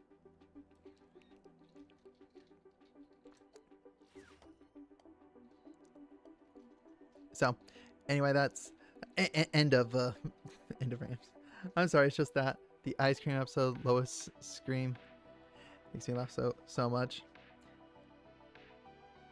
Yes, Family Guy characters, they have progressed backwards as characters. I agree 110%. And actually, the funny thing is, this is actually something that me and my best friend were talking about actually the other night. Is that as you mature and as you look at more and more shows, you begin realizing why one show does well and why one show does not. And we were making the comparison with South Park compared to Family Guy.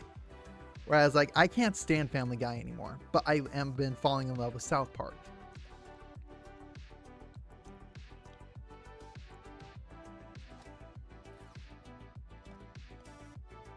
Oh, so close.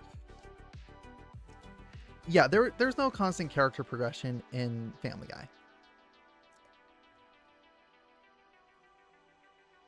Like, again, in every single respect, South Park nailed Family Guy's writing process down to a T.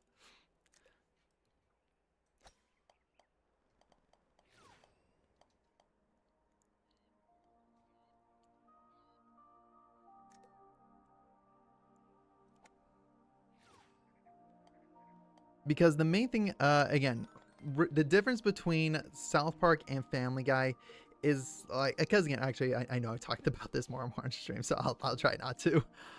But again, it's South Park is very much more like, okay, this happens, then this happens, then this happens because of this, and this. Whereas Family Guy, it's more on like slapstick humor, which again, it does work, but for a more mature audience, the slapstick humor gets boring after a while. What, baby? I know, it was pouring like crazy. Thank you. Glad you liked it.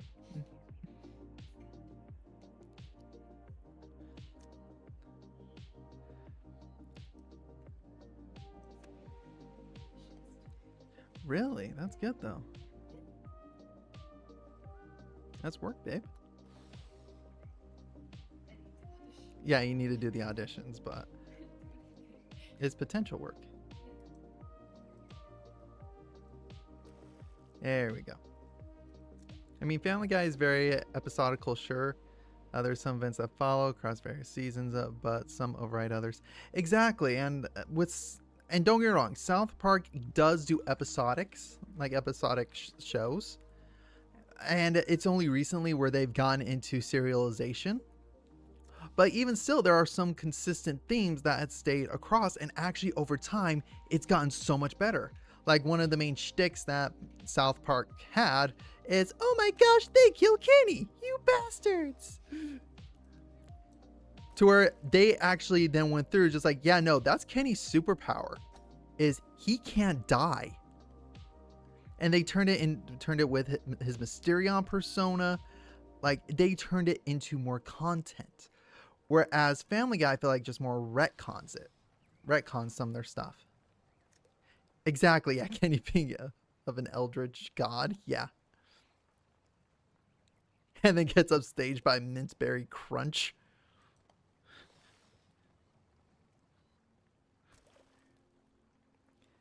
And actually, one part of me was just like, I think it would be fun to play the Stick of Truth, to be honest. Stick of Truth or Fractured Butthole. Play one of South Park games, but again, I don't know.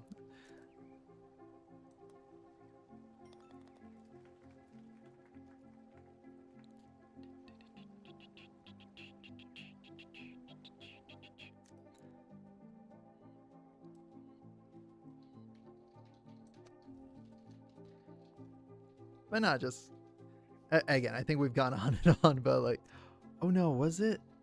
Oh no, it was sitcoms. That's what we did last time. Is we went through sitcoms. Now, when I saw the episode for the first time, I actually screamed, when they pushed Kenny aside. Yeah, no, I was. And then the whole thing with Cartman and Cthulhu doing it, My Neighbor Totoro. Like, I've heard that they did that, but I did not know to what extent it was. Like, oh my gosh, it was like almost shot for shot. It was insane.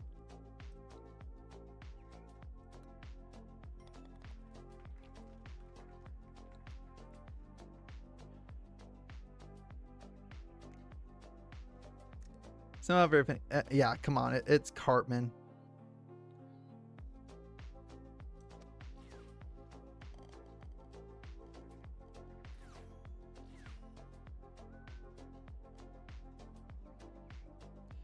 Cartman with Cthulhu.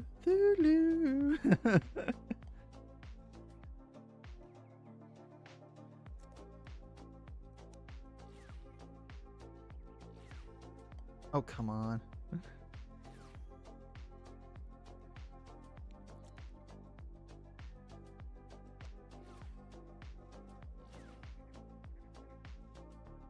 Oh, come on. I'm just trying to get to land. There we go. There we go.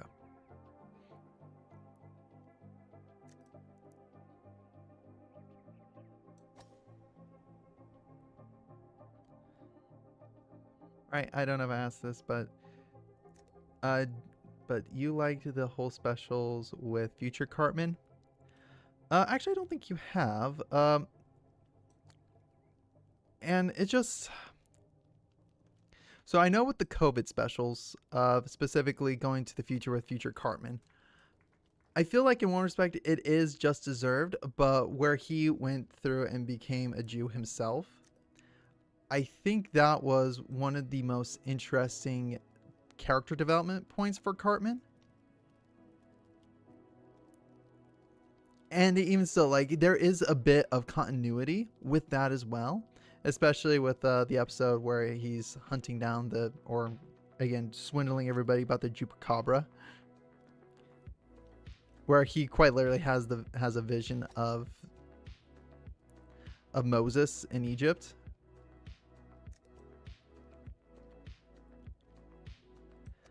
Although they got a lot of facts wrong, but specifically when Cartman goes to like his dad, the Pharaoh, and referencing the American Revolution, considering that hasn't even happened yet. But so I believe there is a reality in which Cartman does end up in that future version. But this is then when you're getting into, and this is the hard thing, this is where I get Rick and Morty, but I feel, again, I can get onto like some of the tropes and stuff with that. But yeah, I can understand why Rick and Morty doesn't really deal with time travel, because time travel, again, in the words of Doctor Who, is this timey-wimey, wibbly-wobbly thing.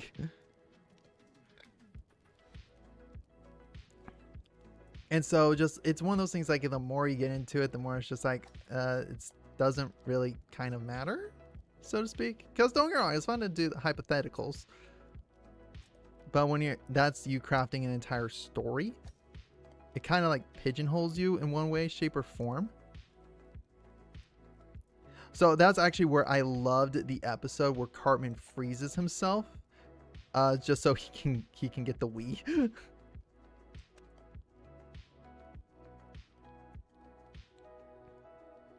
Where he goes so far into the future. Like, I love that episode because it gets into just like how crazy and stupid the whole time travel thing is.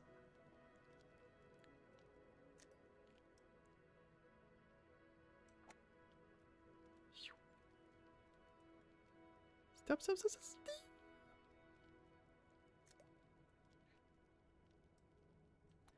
So that's kind of how I feel with like with the time travel kind of episodes. Like, it's kind of a fun hypothetical, but I really do like it when they make, again, I like their parodies of it. The SpongeBob to time travel best. Future. Cartman can only have his happy future with everybody else having bad lives. It's crazy that when I saw the homeless Cartman at the end, I kind of actually felt bad for him. How do you make somebody empathize with Cartman? And that's kind of the crazy thing. And that's where I give South Park some major credit. Is because, again, one respect, that Cartman's future, especially with him, like the homeless Cartman, he brought it on himself. Like, and that's, again, it's harsh to say, but this is Cartman, a guy who, again, chilly. That's all I have to say. Chilly.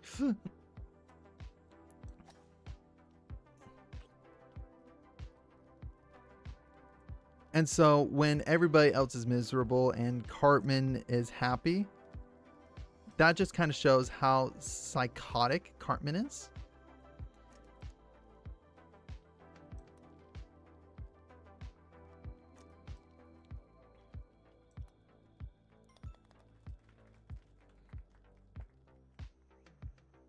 Yeah, 20 over par.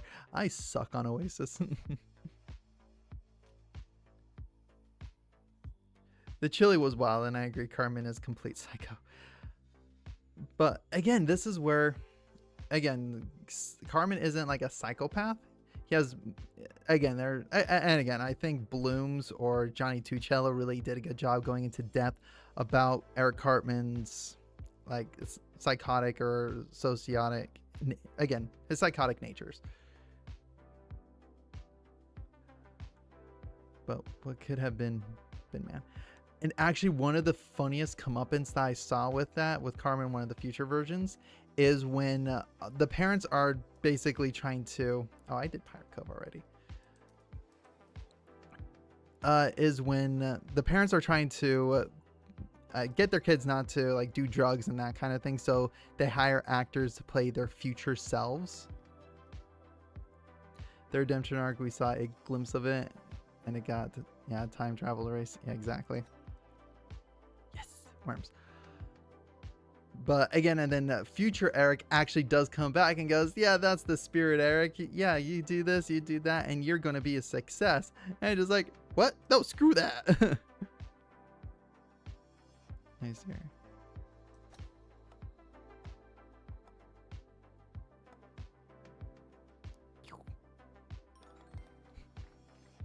I do enjoy this map. You're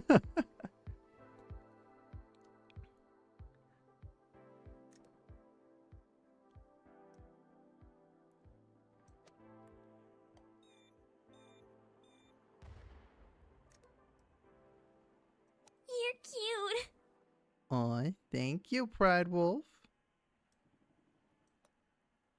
You're cute. Thank you, Crickstart. Everybody's just going through redeeming that. Cute. Yep, Melly's what? Oh, Bleh was next. And there's Melly.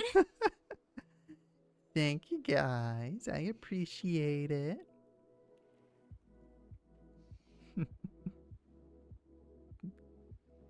Cute-a-thon. Come on, just a little bit more. There we go. It's more of a cute spree. Okay,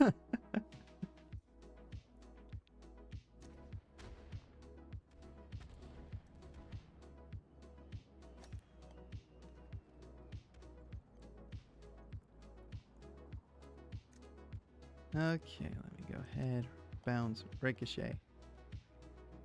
In the hole, in the hole, in the hole.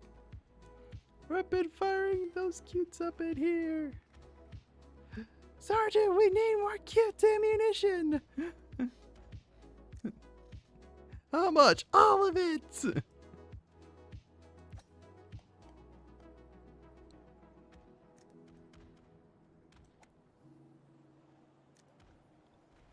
Oof, okay, let's do. Ooh, not quite.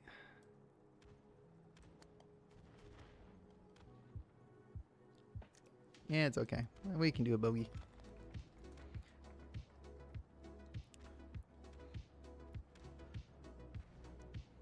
But yeah, besides that, okay, so I'm just trying to think.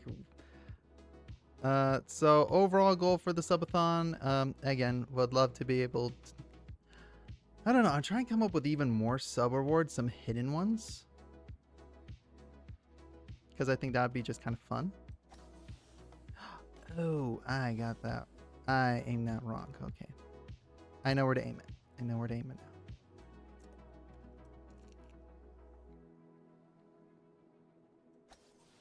There we go. No? Ah! Okay, we're good. We're good.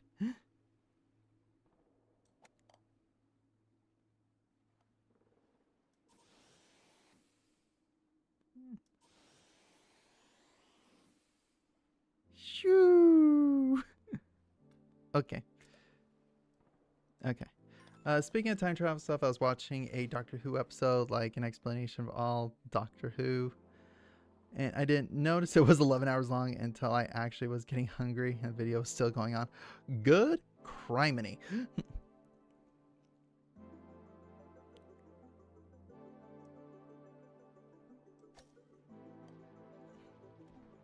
That is a long Doctor Who episode.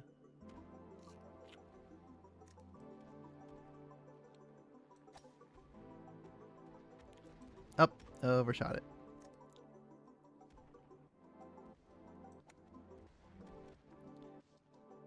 Some dedicated. Yeah, that is.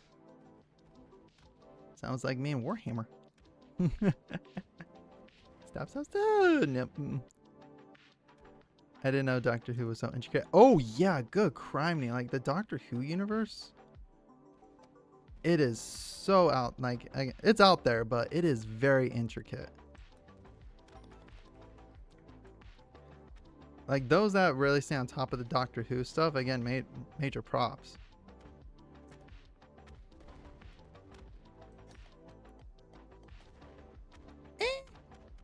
got blew up.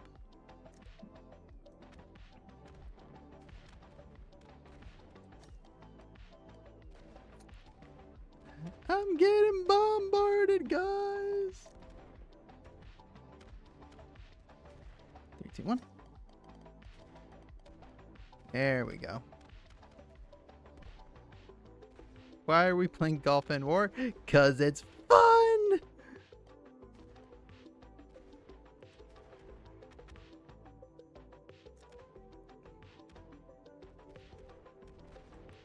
Oh, not enough power. No.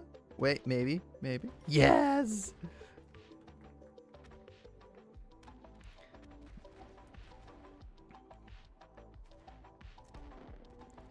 It's the holy hand grenade.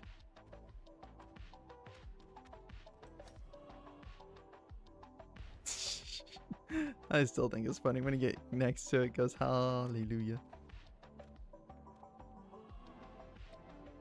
Oh yeah, no, yeah, this entire game is this entire map is worms. Yep, see, there he is.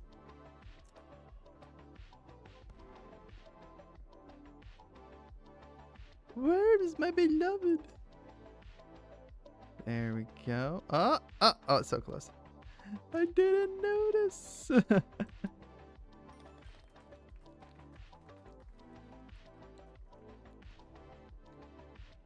Okay, yeah, after I finish this map, I'll move over to subathon stuff.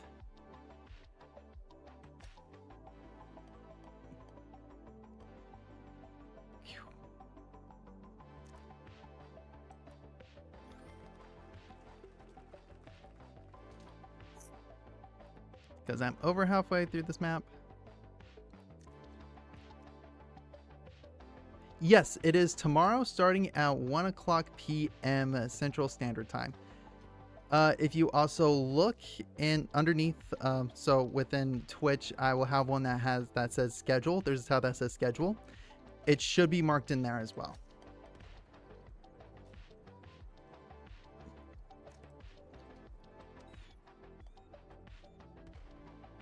So that way it's more centralized to your time zone.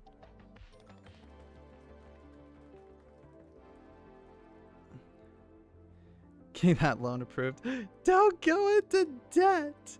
Okay, but I did rig one thing, okay? So this I can talk about because I remember this. So I have the timer rigged so that way we can, as soon as it goes, we can keep going. And for every $5 donations, it will add essentially, like, I want to say 10 minutes to the stream. I'm going to get blown up. Told you. Oh, did it shortcut me? It shortcut me. So yeah, and what I'm wanting to do is so that way again, I'm not wanting it to be sub only, like subscribers only, that will get you some stuff. So what my hope and oh my gosh, I gotta remember how to do this, because I do like this shortcut. It's a little tricky to do. Oh, that's right. Okay, maybe just slow it down just a smidge.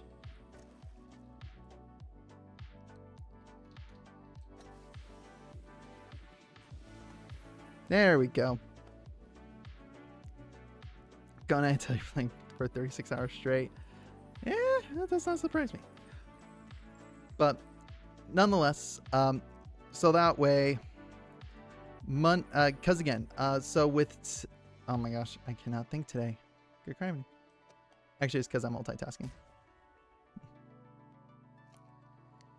So yeah, my main goal is that subathon, like again, donations will help for a lot of different reasons, whether it's for subscriptions or if you just do want to donate directly by doing donation/tip. I'm trying to also instigate that, as I will count those as subs as well. Like, oh my gosh, I'm trying to think of like a good for instance.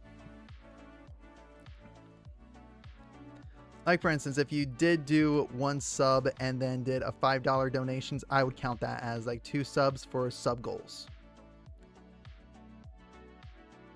Okay, so then that way it's more we diversify some of the donations and that kind of stuff. You have the cost of sub, but all money for tips, right? More or less. More, because again, the main thing is with, one sec, and shoot! Is because subathons, subscriptions, those take some time. Like, again, that one goes through, like, technically, like, Twitch's payroll system.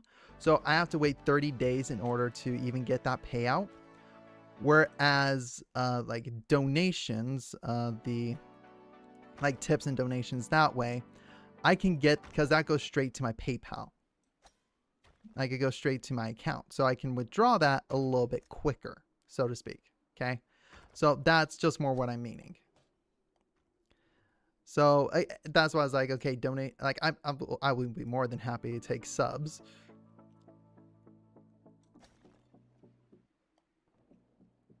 But it's going to take some time for me to see that money. Whereas with the donations, it's going to be more immediate. It's going to be quicker. So that way I'm just like, yeah, if you really are trying to help, at least want to help me financially, like a little bit quicker, that's one option. If you're trying to also get me something that's more longer term, I'm good with the subscriptions. Again, it's just more on like, no matter how you donate, no matter how you want to help, I want to make sure that the rewards are consistent.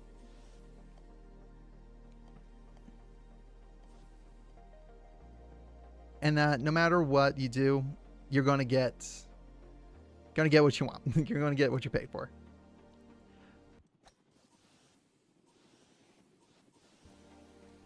And there we go. Landed.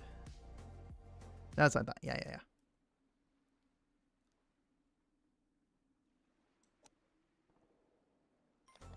There we go. Okay, 2 more holes left. Right now I'm going below par. Let's just keep on trying to go par. Okay, let me see here. So yeah, if I can go up, that's where we want to go. Going to get that calendar. Okay, we get that calendar. Awesome. And I'm also trying to... Come on. There we go. Yes! Saved it. I'll be more than happy to do the calendar. And again, I'm thinking of like doing some other goals, so to speak. Wait, what? Did I hit the side of something? Ah! The goat! The goat knocked me up. That can be taken out of context so bad.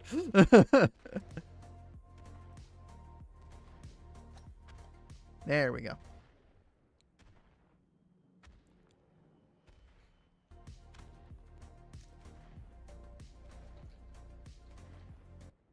So, oh yeah, no, because one thing I would want to add to all of it as well. Somebody clip that.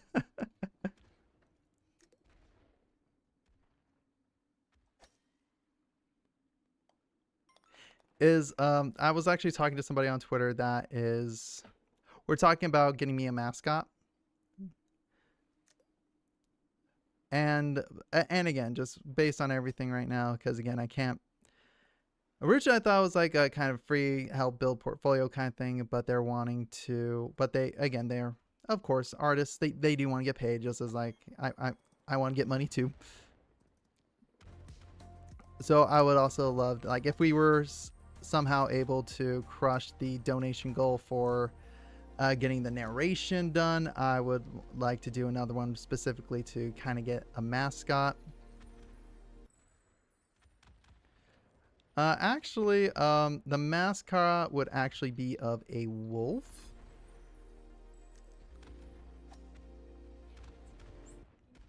A biblical cat, little angel, yeah.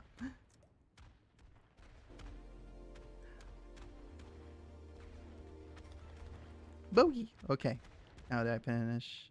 I finished 2 under par. Okay. Okay, so I'm gonna switch this over to just chatting again. Yeah, wolves and puppies are like my favorite animals. Okay, I like canines. Okay. Yo. Okay, let me refresh this page real quick. Let's go. Okay. So let me go ahead, go to my video stuff, see what I can pull up for the subathon. Twitch, Ezra. I'm trying to remember where I put it. Would it be under? I think, yeah, I had it under socials. Subathon. Because, yeah, I did a subathon announcement. Ah, yes, the subathon conversion. Oh, whoops, wrong one. There we go. Oh, wait, that's a... What the heck?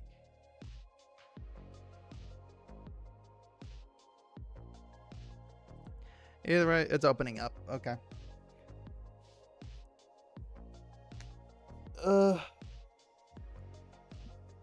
Okay, so I'll go ahead and move this over. Because essentially, I got the conversion rate up. So let's do YouTube React. Because, yeah, again, this is just specifically for the timer.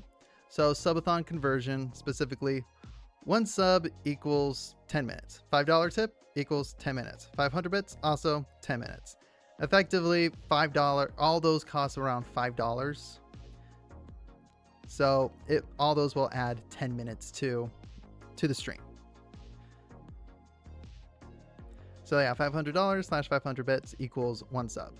So basically think of it like if you're spending $5, it's going to count as a sub. And so whether you spend 500 on bits, $500, and do a $5 tip, or just do a sub, those are all going to count as a sub, so to speak. And I'm honestly, probably I might do like a halfway mark on the stream. I'm just like, okay, we need to stop doing the subs and stuff for a minute while I tally everything so we know where we're at. So that way I can then go through and express where we're at in the subathon goals. Which the subathon goals I need to load up, which is, of course, the first one. And actually I can kind of show you a little bit here. Let me quickly add group subathon. So like, again, if you look here, I'm going to move it to the top. Again, it's going to have like the progress bar. It's so then this way I can kind of stay up to date on some of it. Because by the time, honestly, we get to, like after we get to the Sekiro stream, I think I can go, okay, we got a little bit of time. But yeah, as you can tell, I need to update the timer or reset the timer.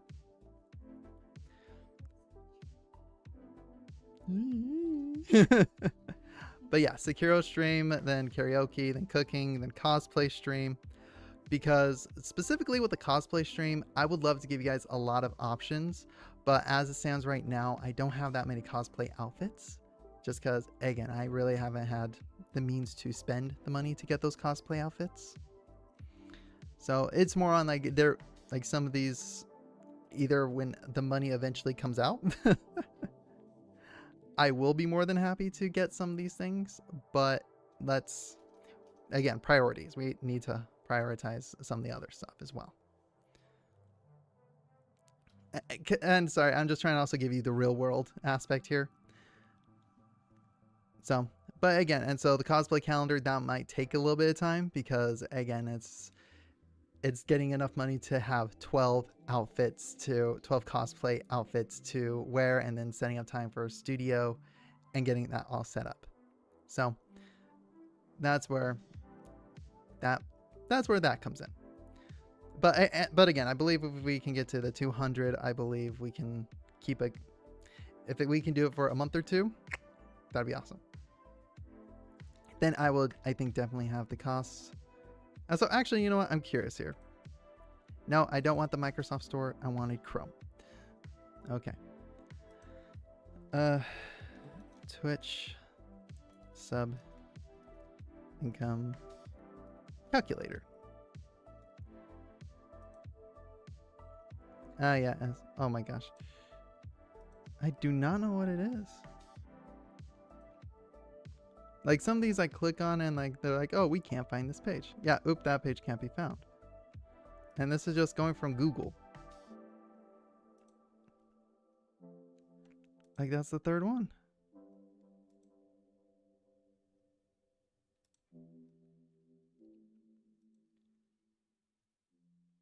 Yeah, like all of these are not working. What the heck? Okay, found one that I think might work. Okay. I'm gonna move to just chatting while I go through this. Let's say no, it's like the web page for some reason. Tier 1. Okay, because yeah, potential revenue. Yeah, so for 200, that's roughly $500. Okay. For 200 subs, that's gonna be roughly 500 subscribers.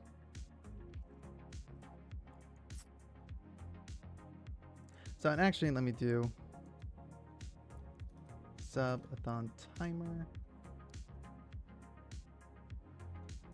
I think, yeah, it's under marathon timer.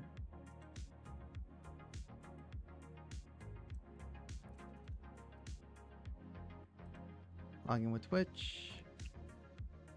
Yeah, no, it's, I don't know what it is. I think it's just something within the coding.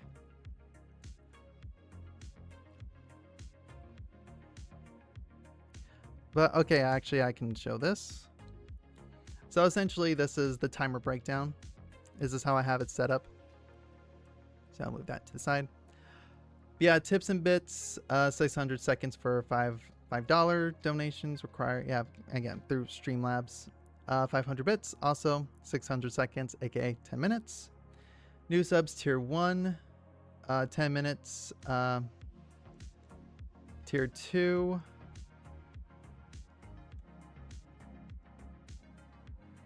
Honestly, I might jump that up to not that much. 12, so that way it stacks. So, because again, $5. Basically, what I'm trying to do is like every $5 gets an extra 10 minutes. And then tier 3, 1800, 25. So then this way, if one sub, you can have one sub count, but again, definitely increase the time. And I'll do the same for resubs as well. And the base timer is set not that long. The base timer is set to 6 and we're going to max out 24. Okay. Because I think 6 hours is a long enough stream to get everything kind of going, get everything rolling, that kind of deal.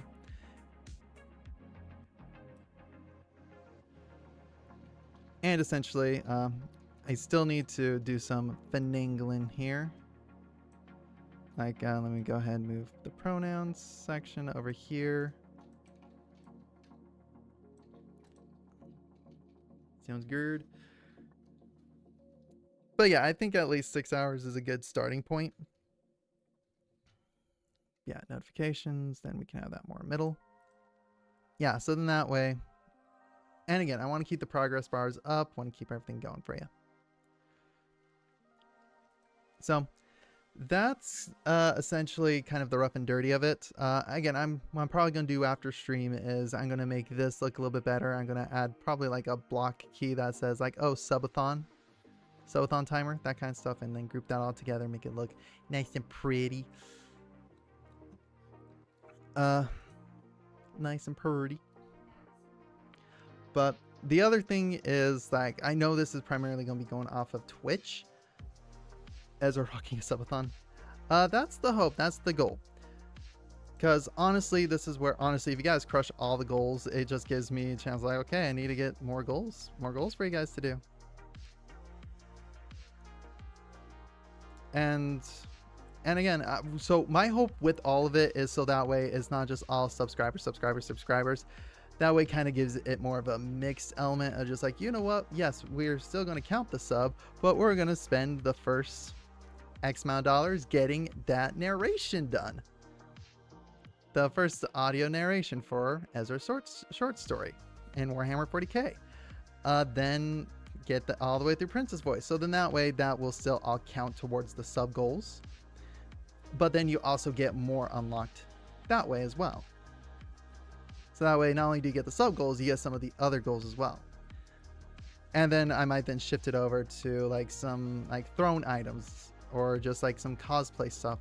Or actually one thing I really was considering doing is the next money, like donation goal, tip goal, would be for ear piercings, because that's one thing I've really wanted, is to get my ears pierced.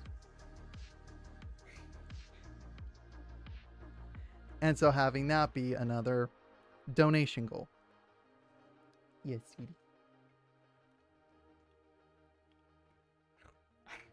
Yay, piercings. So for me, it's just like, it's kind of more staggering, just kind of coming up with more and more stuff. Like, but first off, I do want to get the narration one done, because we get the narration one done. I think that's really cool.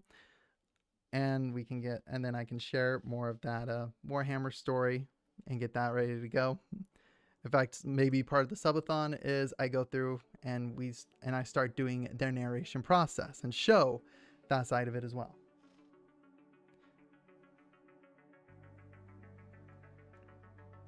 So again, this is just really like, I'm wanting this to be more of almost a subathon choose your own adventure. Where we hit these goals, and I want not only just these basic subathon goals of like, okay, we do not want that. Why the heck did that pop up? Of just like crafting tweets and materialists, nail painting stream, because that's just going to be more content that you guys will get. But then this way, it's also even more. You get double the content, even just for diversifying in some ways. Okay. But so again, honestly, I want this subathon to be a choose your own adventure subathon. And like, I think let me bring up my old subathon goals, because again, I might even recycle some of those.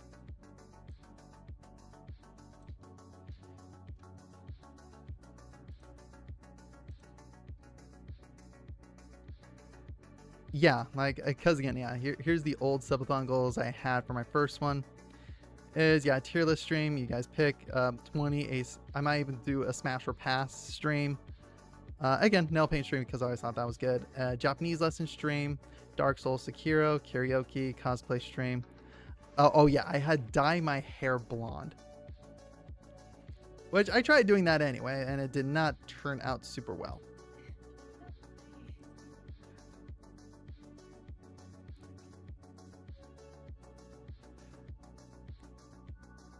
Like, the goal would have been to like dye it. The goal would have been to get it to be platinum blonde. So, what? We could do like the Paul Mitchell school.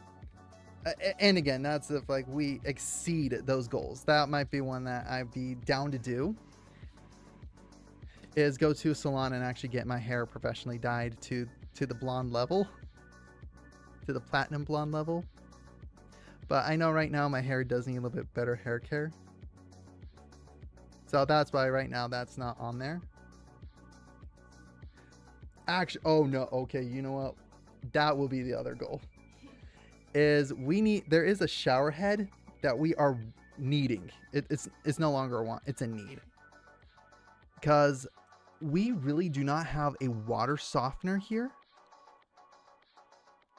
So actually, let me go to Amazon real quick.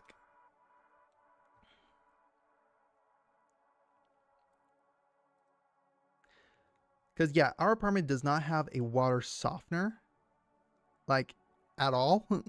Like, we shower with more hard mineral water. It makes shaving so painful. Like, every single time I've shaved, I have broken out in razor burn and rashes. Every single time I've used this shower. Well, I found a way to circumvent it. I shave in the sink. Where again, I put the water in the sink and then shave from there, and that has helped tremendously. But if that's just how bad our water is, that's how mine is. You can't drink my water without getting sick. Yeah, it's so bad. But what we found, and I'll show you this, is this high pressure filtered water shower head, and let me move this around, is yeah, it is a shower head that actually has a filter in it. So that can improve your skin. It can improve your hair conditioning. Pure clean water. Yeah.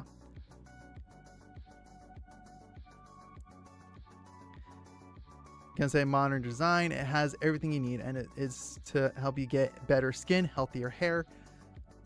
So honestly, what I might do before the piercings is have the donation be for the shower head. Just because, oh my gosh, we really need this one. Because yeah, it removes chlorine, chemicals, and unwanted minerals from your water. So it has a filter built into the shower head that we would, oh my gosh, if we use that would help us out a ton. So actually, you know what? I might just add this to my throne list. So if anyone wants to just go through and get it that way, you guys can. So let me quickly add to the list.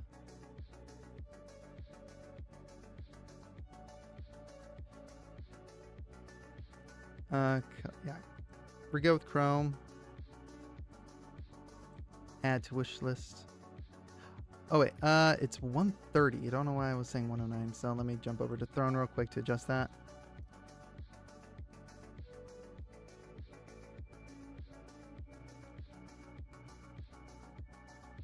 No, not the shoes. I do want those shoes. There we go. There's the shower head.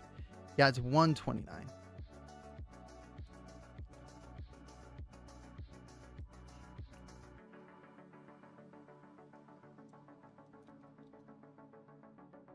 Alright, edit. Proceed. 129. But yeah, this is what I have for my, again, I know I've showcased my throne list a lot, so, but yeah, I've added some shoes, because I do need more shoes.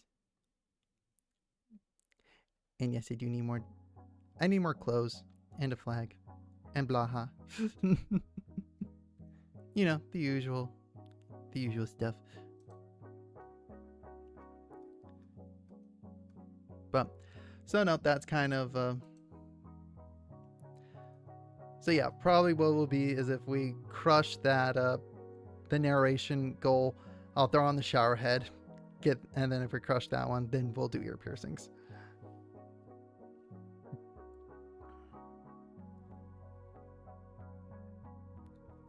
But yeah, that's kind of how I have it stacked and staggered.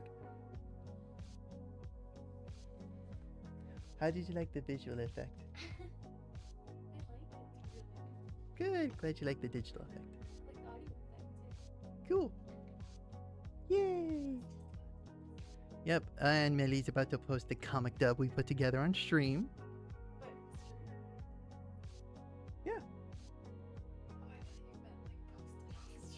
Oh no. Well, you're about to post it.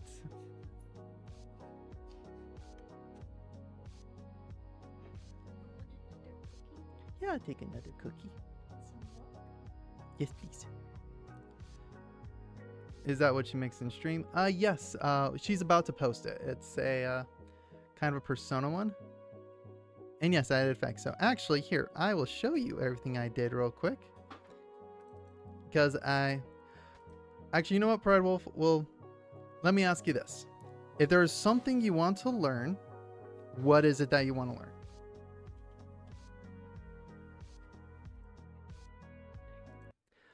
Like, okay, so I'm just curious. Do you use Reaper as a DAW?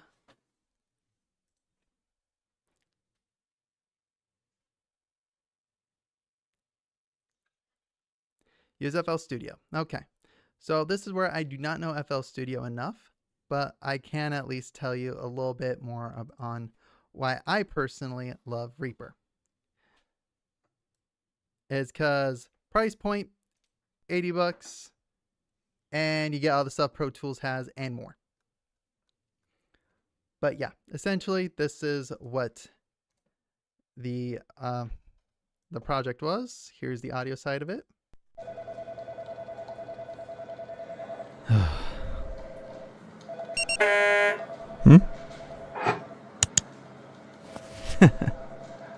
Say hi to Daddy. Dada. There you go.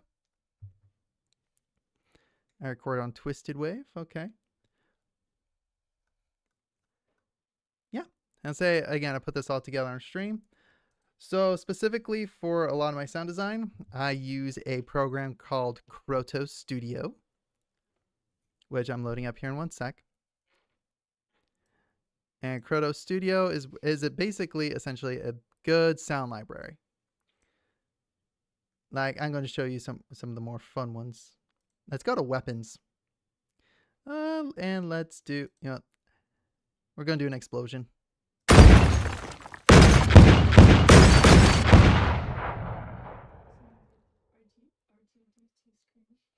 I love to learn sometime how to get background music. Oh, that's easy. So here, I'm going to do this as an example because I do have a couple. So let me do this. Control T. And let's do, we'll call this music for right now.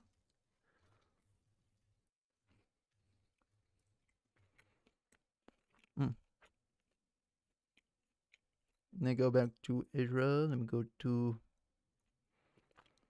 videos, assets, music. Let's do peaceful.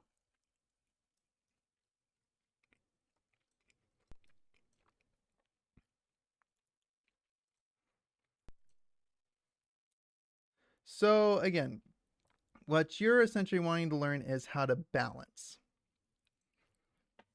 And this is something I can at least kind of walk you through a little bit in regards to, because again, this is the same within every single DAW, whether that's FL Studios, Logic Pro, Pro Tools, whatever. Because you got your mixing console stuff right here. So when you're listening, as you know, music is super loud. And you can't hear the voiceover. So honestly, I start seriously with minus, like, probably bringing it down to like negative 32 dB. But yeah, now you can't hear the music.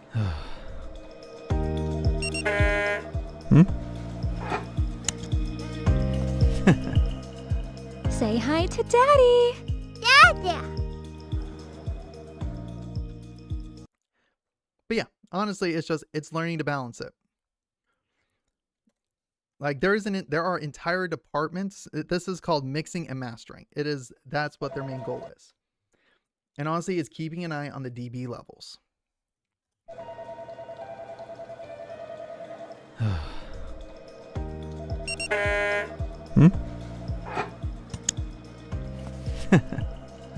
Say hi to Daddy. Dada.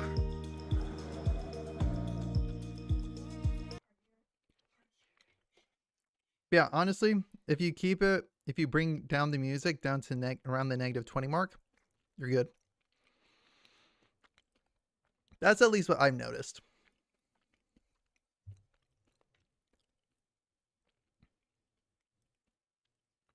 But no, that's the quick and dirty way.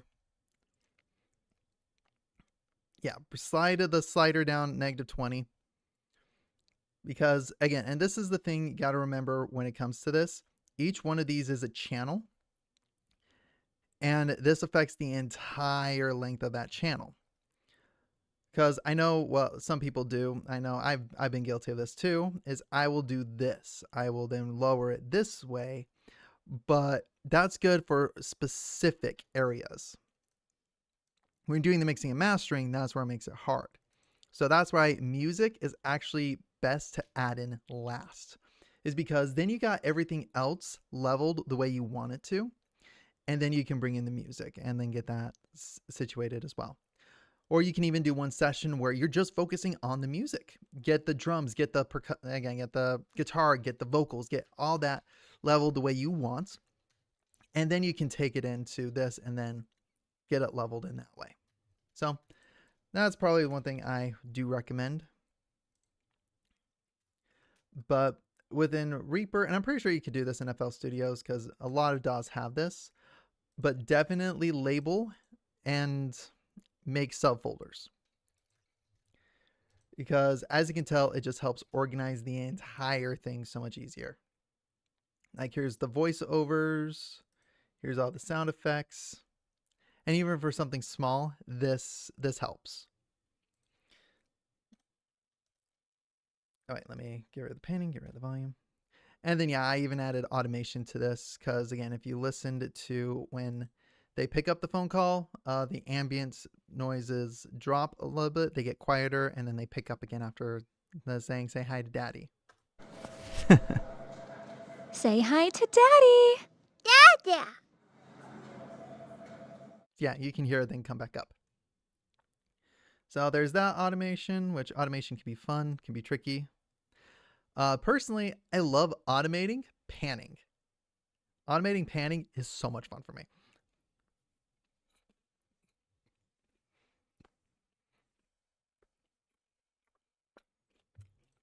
But anyway, that's kind of the quick and dirty way to do it.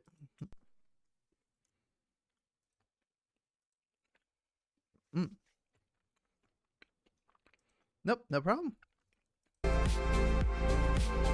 Let me now turn down the music again.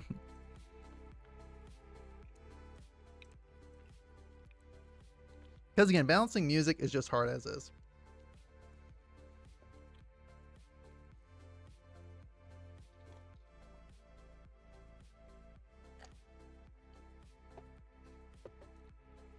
That's because you gotta squash it in one way, shape, or form.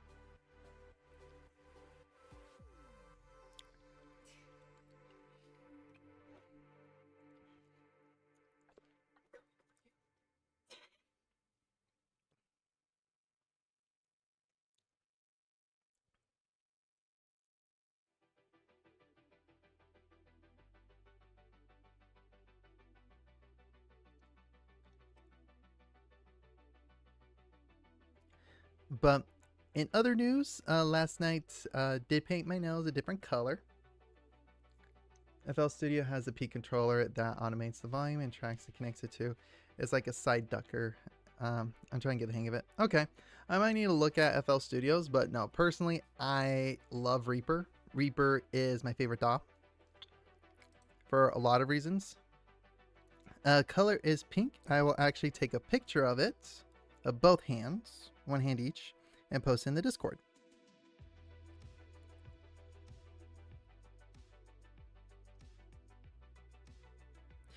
I will even say what hand I painted and what hand Millie painted.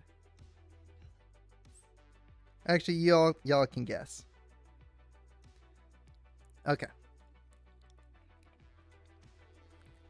If anything, I'll just say left hand and right hand.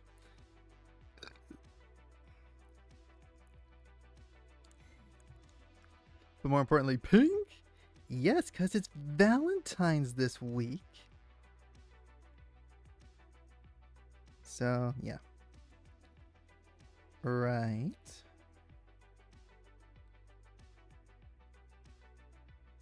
And if I can add.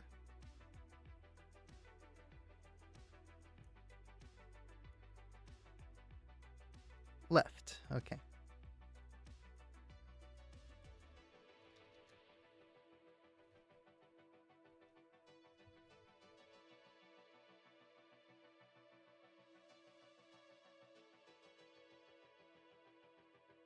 And stones! Yes, and sparkles.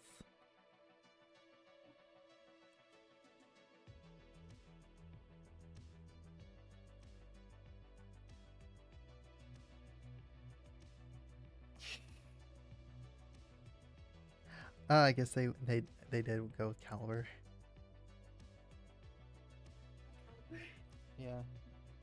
I wonder if the joke that you said made it like even more. Right, you did, and Melly did left.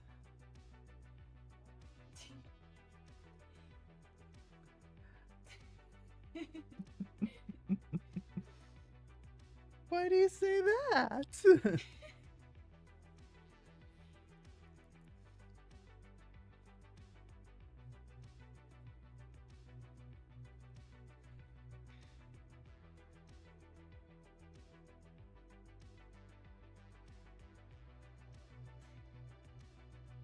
Say what makes you think that?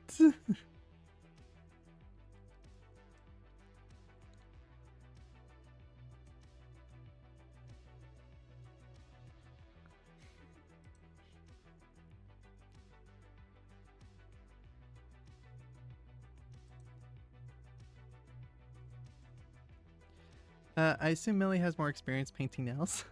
Oh, are you saying that the left hand is trickier because it's having defined hearts? Oh my Aren't you left-handed? Yeah. gosh. So actually, it is the opposite. I painted my left hand and Melly painted my right hand. And it's because I am right-handed. And you also got to remember, I paint miniatures. I paint Warhammer and D&D miniatures, okay? So I'm used to drawing little shapes on my hand. I was just experimenting. And Melly was experimenting. So she wanted to add wanted to add the jewels. She was trying to add more stuff to it. Again, she had a great time with it. And just, I loved having her do it.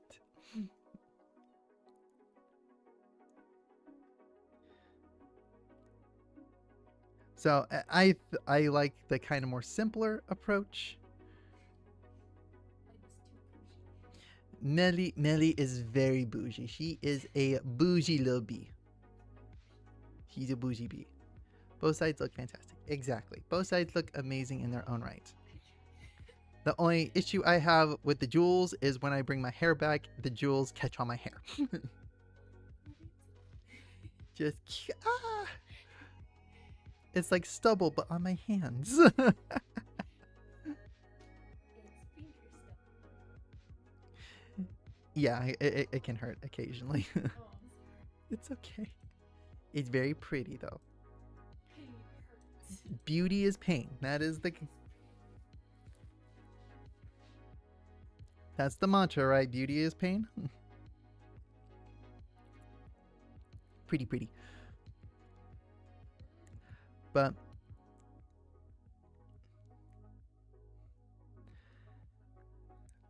I'm just trying to think anything else we wish to discuss.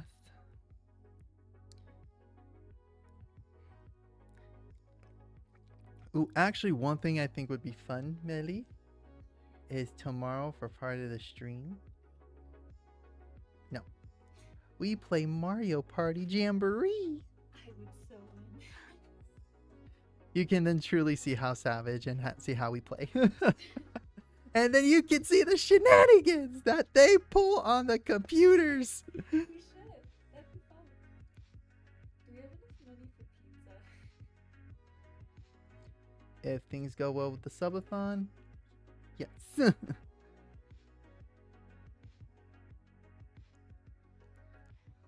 that's like our party. Gonna feed the cats. Also posted photo of doggy on Discord. Okay, Dog. we're gonna look at the doggies. Oh yeah, pet photos. It's so cute. He really is naked. Oh my gosh, he is a Nikki little boy. Oh, sorry, it's a girl. Nikki little girl. A naked little girl. Aw. Sorry, looking at Danny's. Okay. The bow tie. It's a Pomeranian. I love Pomeranians. They're both so cute. It's the tie. They're all so Oh, cute. they are so very cute. We love pet pictures. They're sleepy babies. I meant to say bald, but my brain went to naked. Yeah, no. I think there's a difference between bald and naked, Yeah. especially in regards to pets. Because they're technically always naked. Mm-hmm.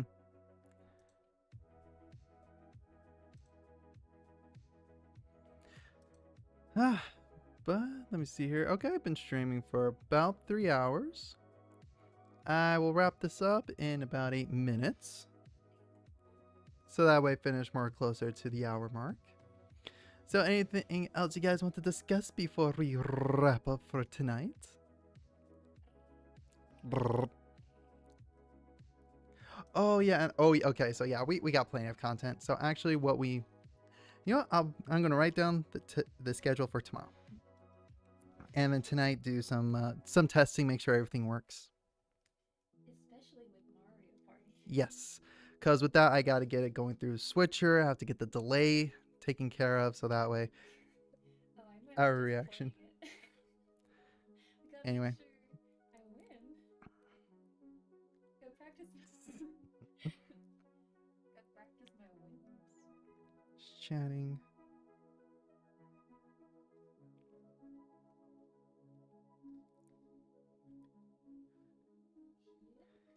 Then what was it? What is it?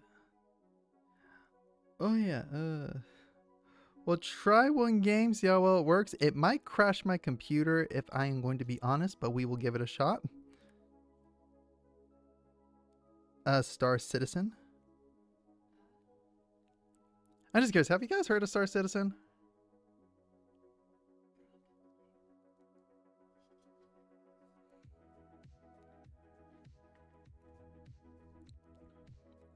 You have not. Okay. Well, time to go to YouTube.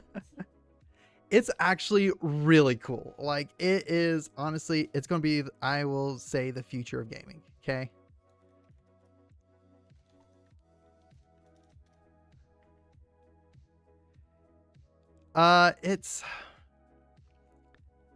It is so much more than an MMO. Like, you know, I'm just going to go to the website to show it off. Like, it is it's a flight simulator plus a first-person shooter. Again, it's called Star Citizen.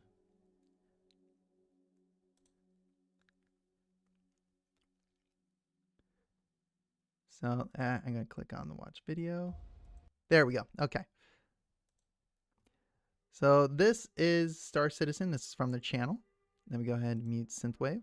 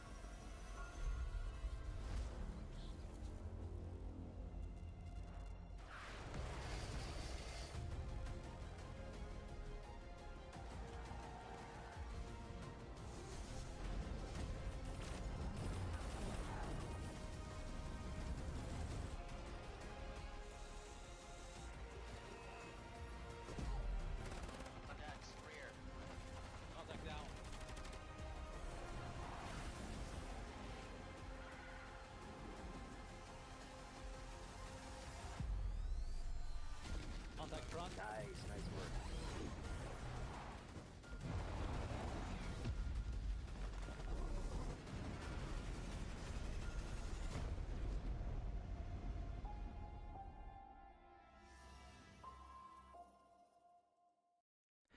So Star Citizen, to put it simply, it's everything.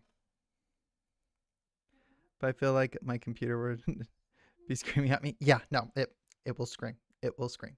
I will be 100. That's why I'm like, it may crash my computer.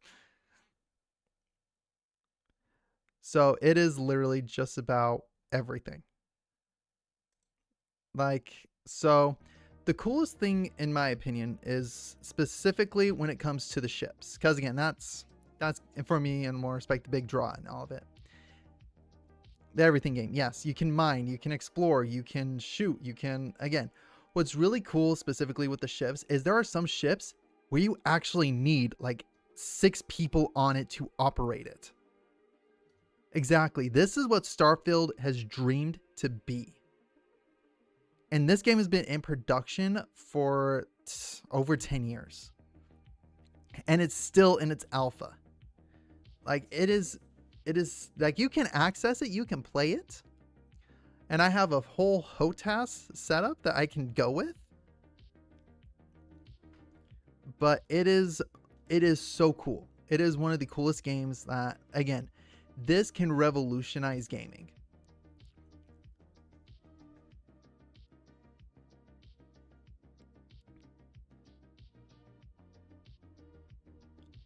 Just because the sheer scope and sheer size of this. Like right now they have two like systems, two like again star systems that you can explore. Where you can mine, where you can trade, and again, there is an entire docking procedure. There is an entire it is really cool. So I think maybe for part of the subathon, I can do a little bit of the racing to kind of, again, basically it's like a time lapse, see how fast you can go around the track, kind of show you that, not get into the infinite universe, so to speak, the continual universe, because I think it can handle the racing okay. But by the time I go to the continuing universe, that's where the game gets buggy. And that's really fun to play with friends. So that's where that comes in. So maybe play a little bit of that.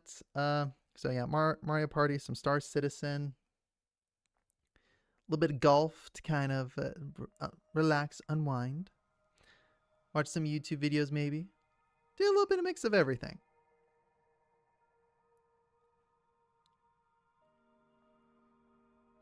But what would you guys like to see?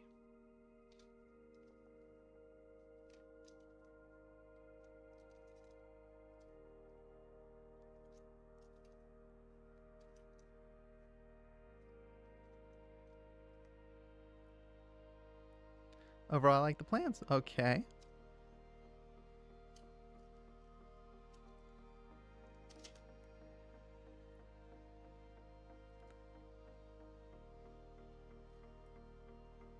I think that sounds good. I think that's a good starting point. Once we begin getting into more and more hours of it, honestly, I might throw in some Marvel Rivals.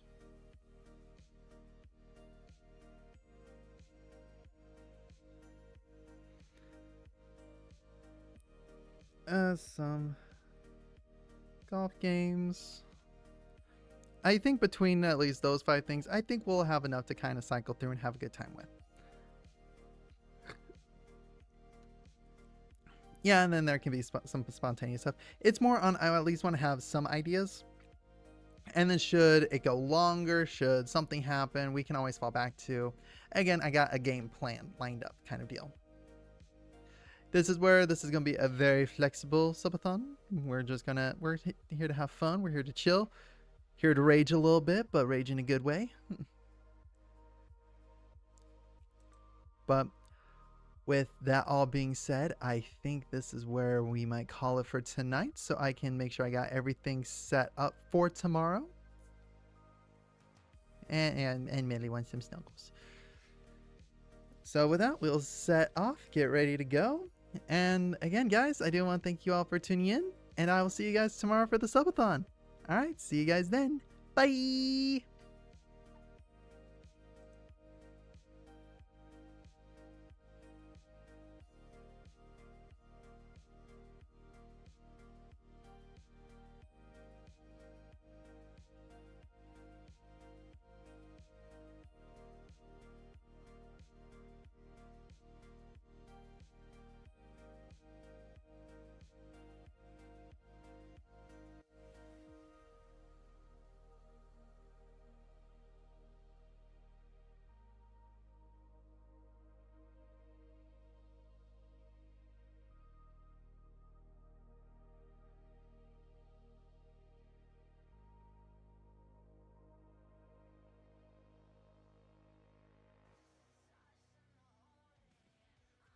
But other than that, doing well.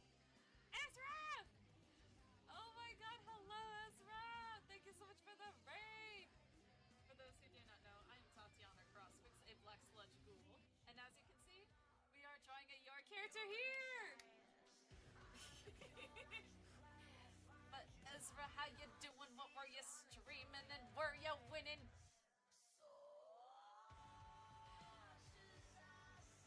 Oh, it looks adorable. It do. You know what I'm most proud of? This part right here, the face. Because I didn't think that I would be able to do it. Because I'm be real with you, I'm not good at this like face angle, but it came out way better than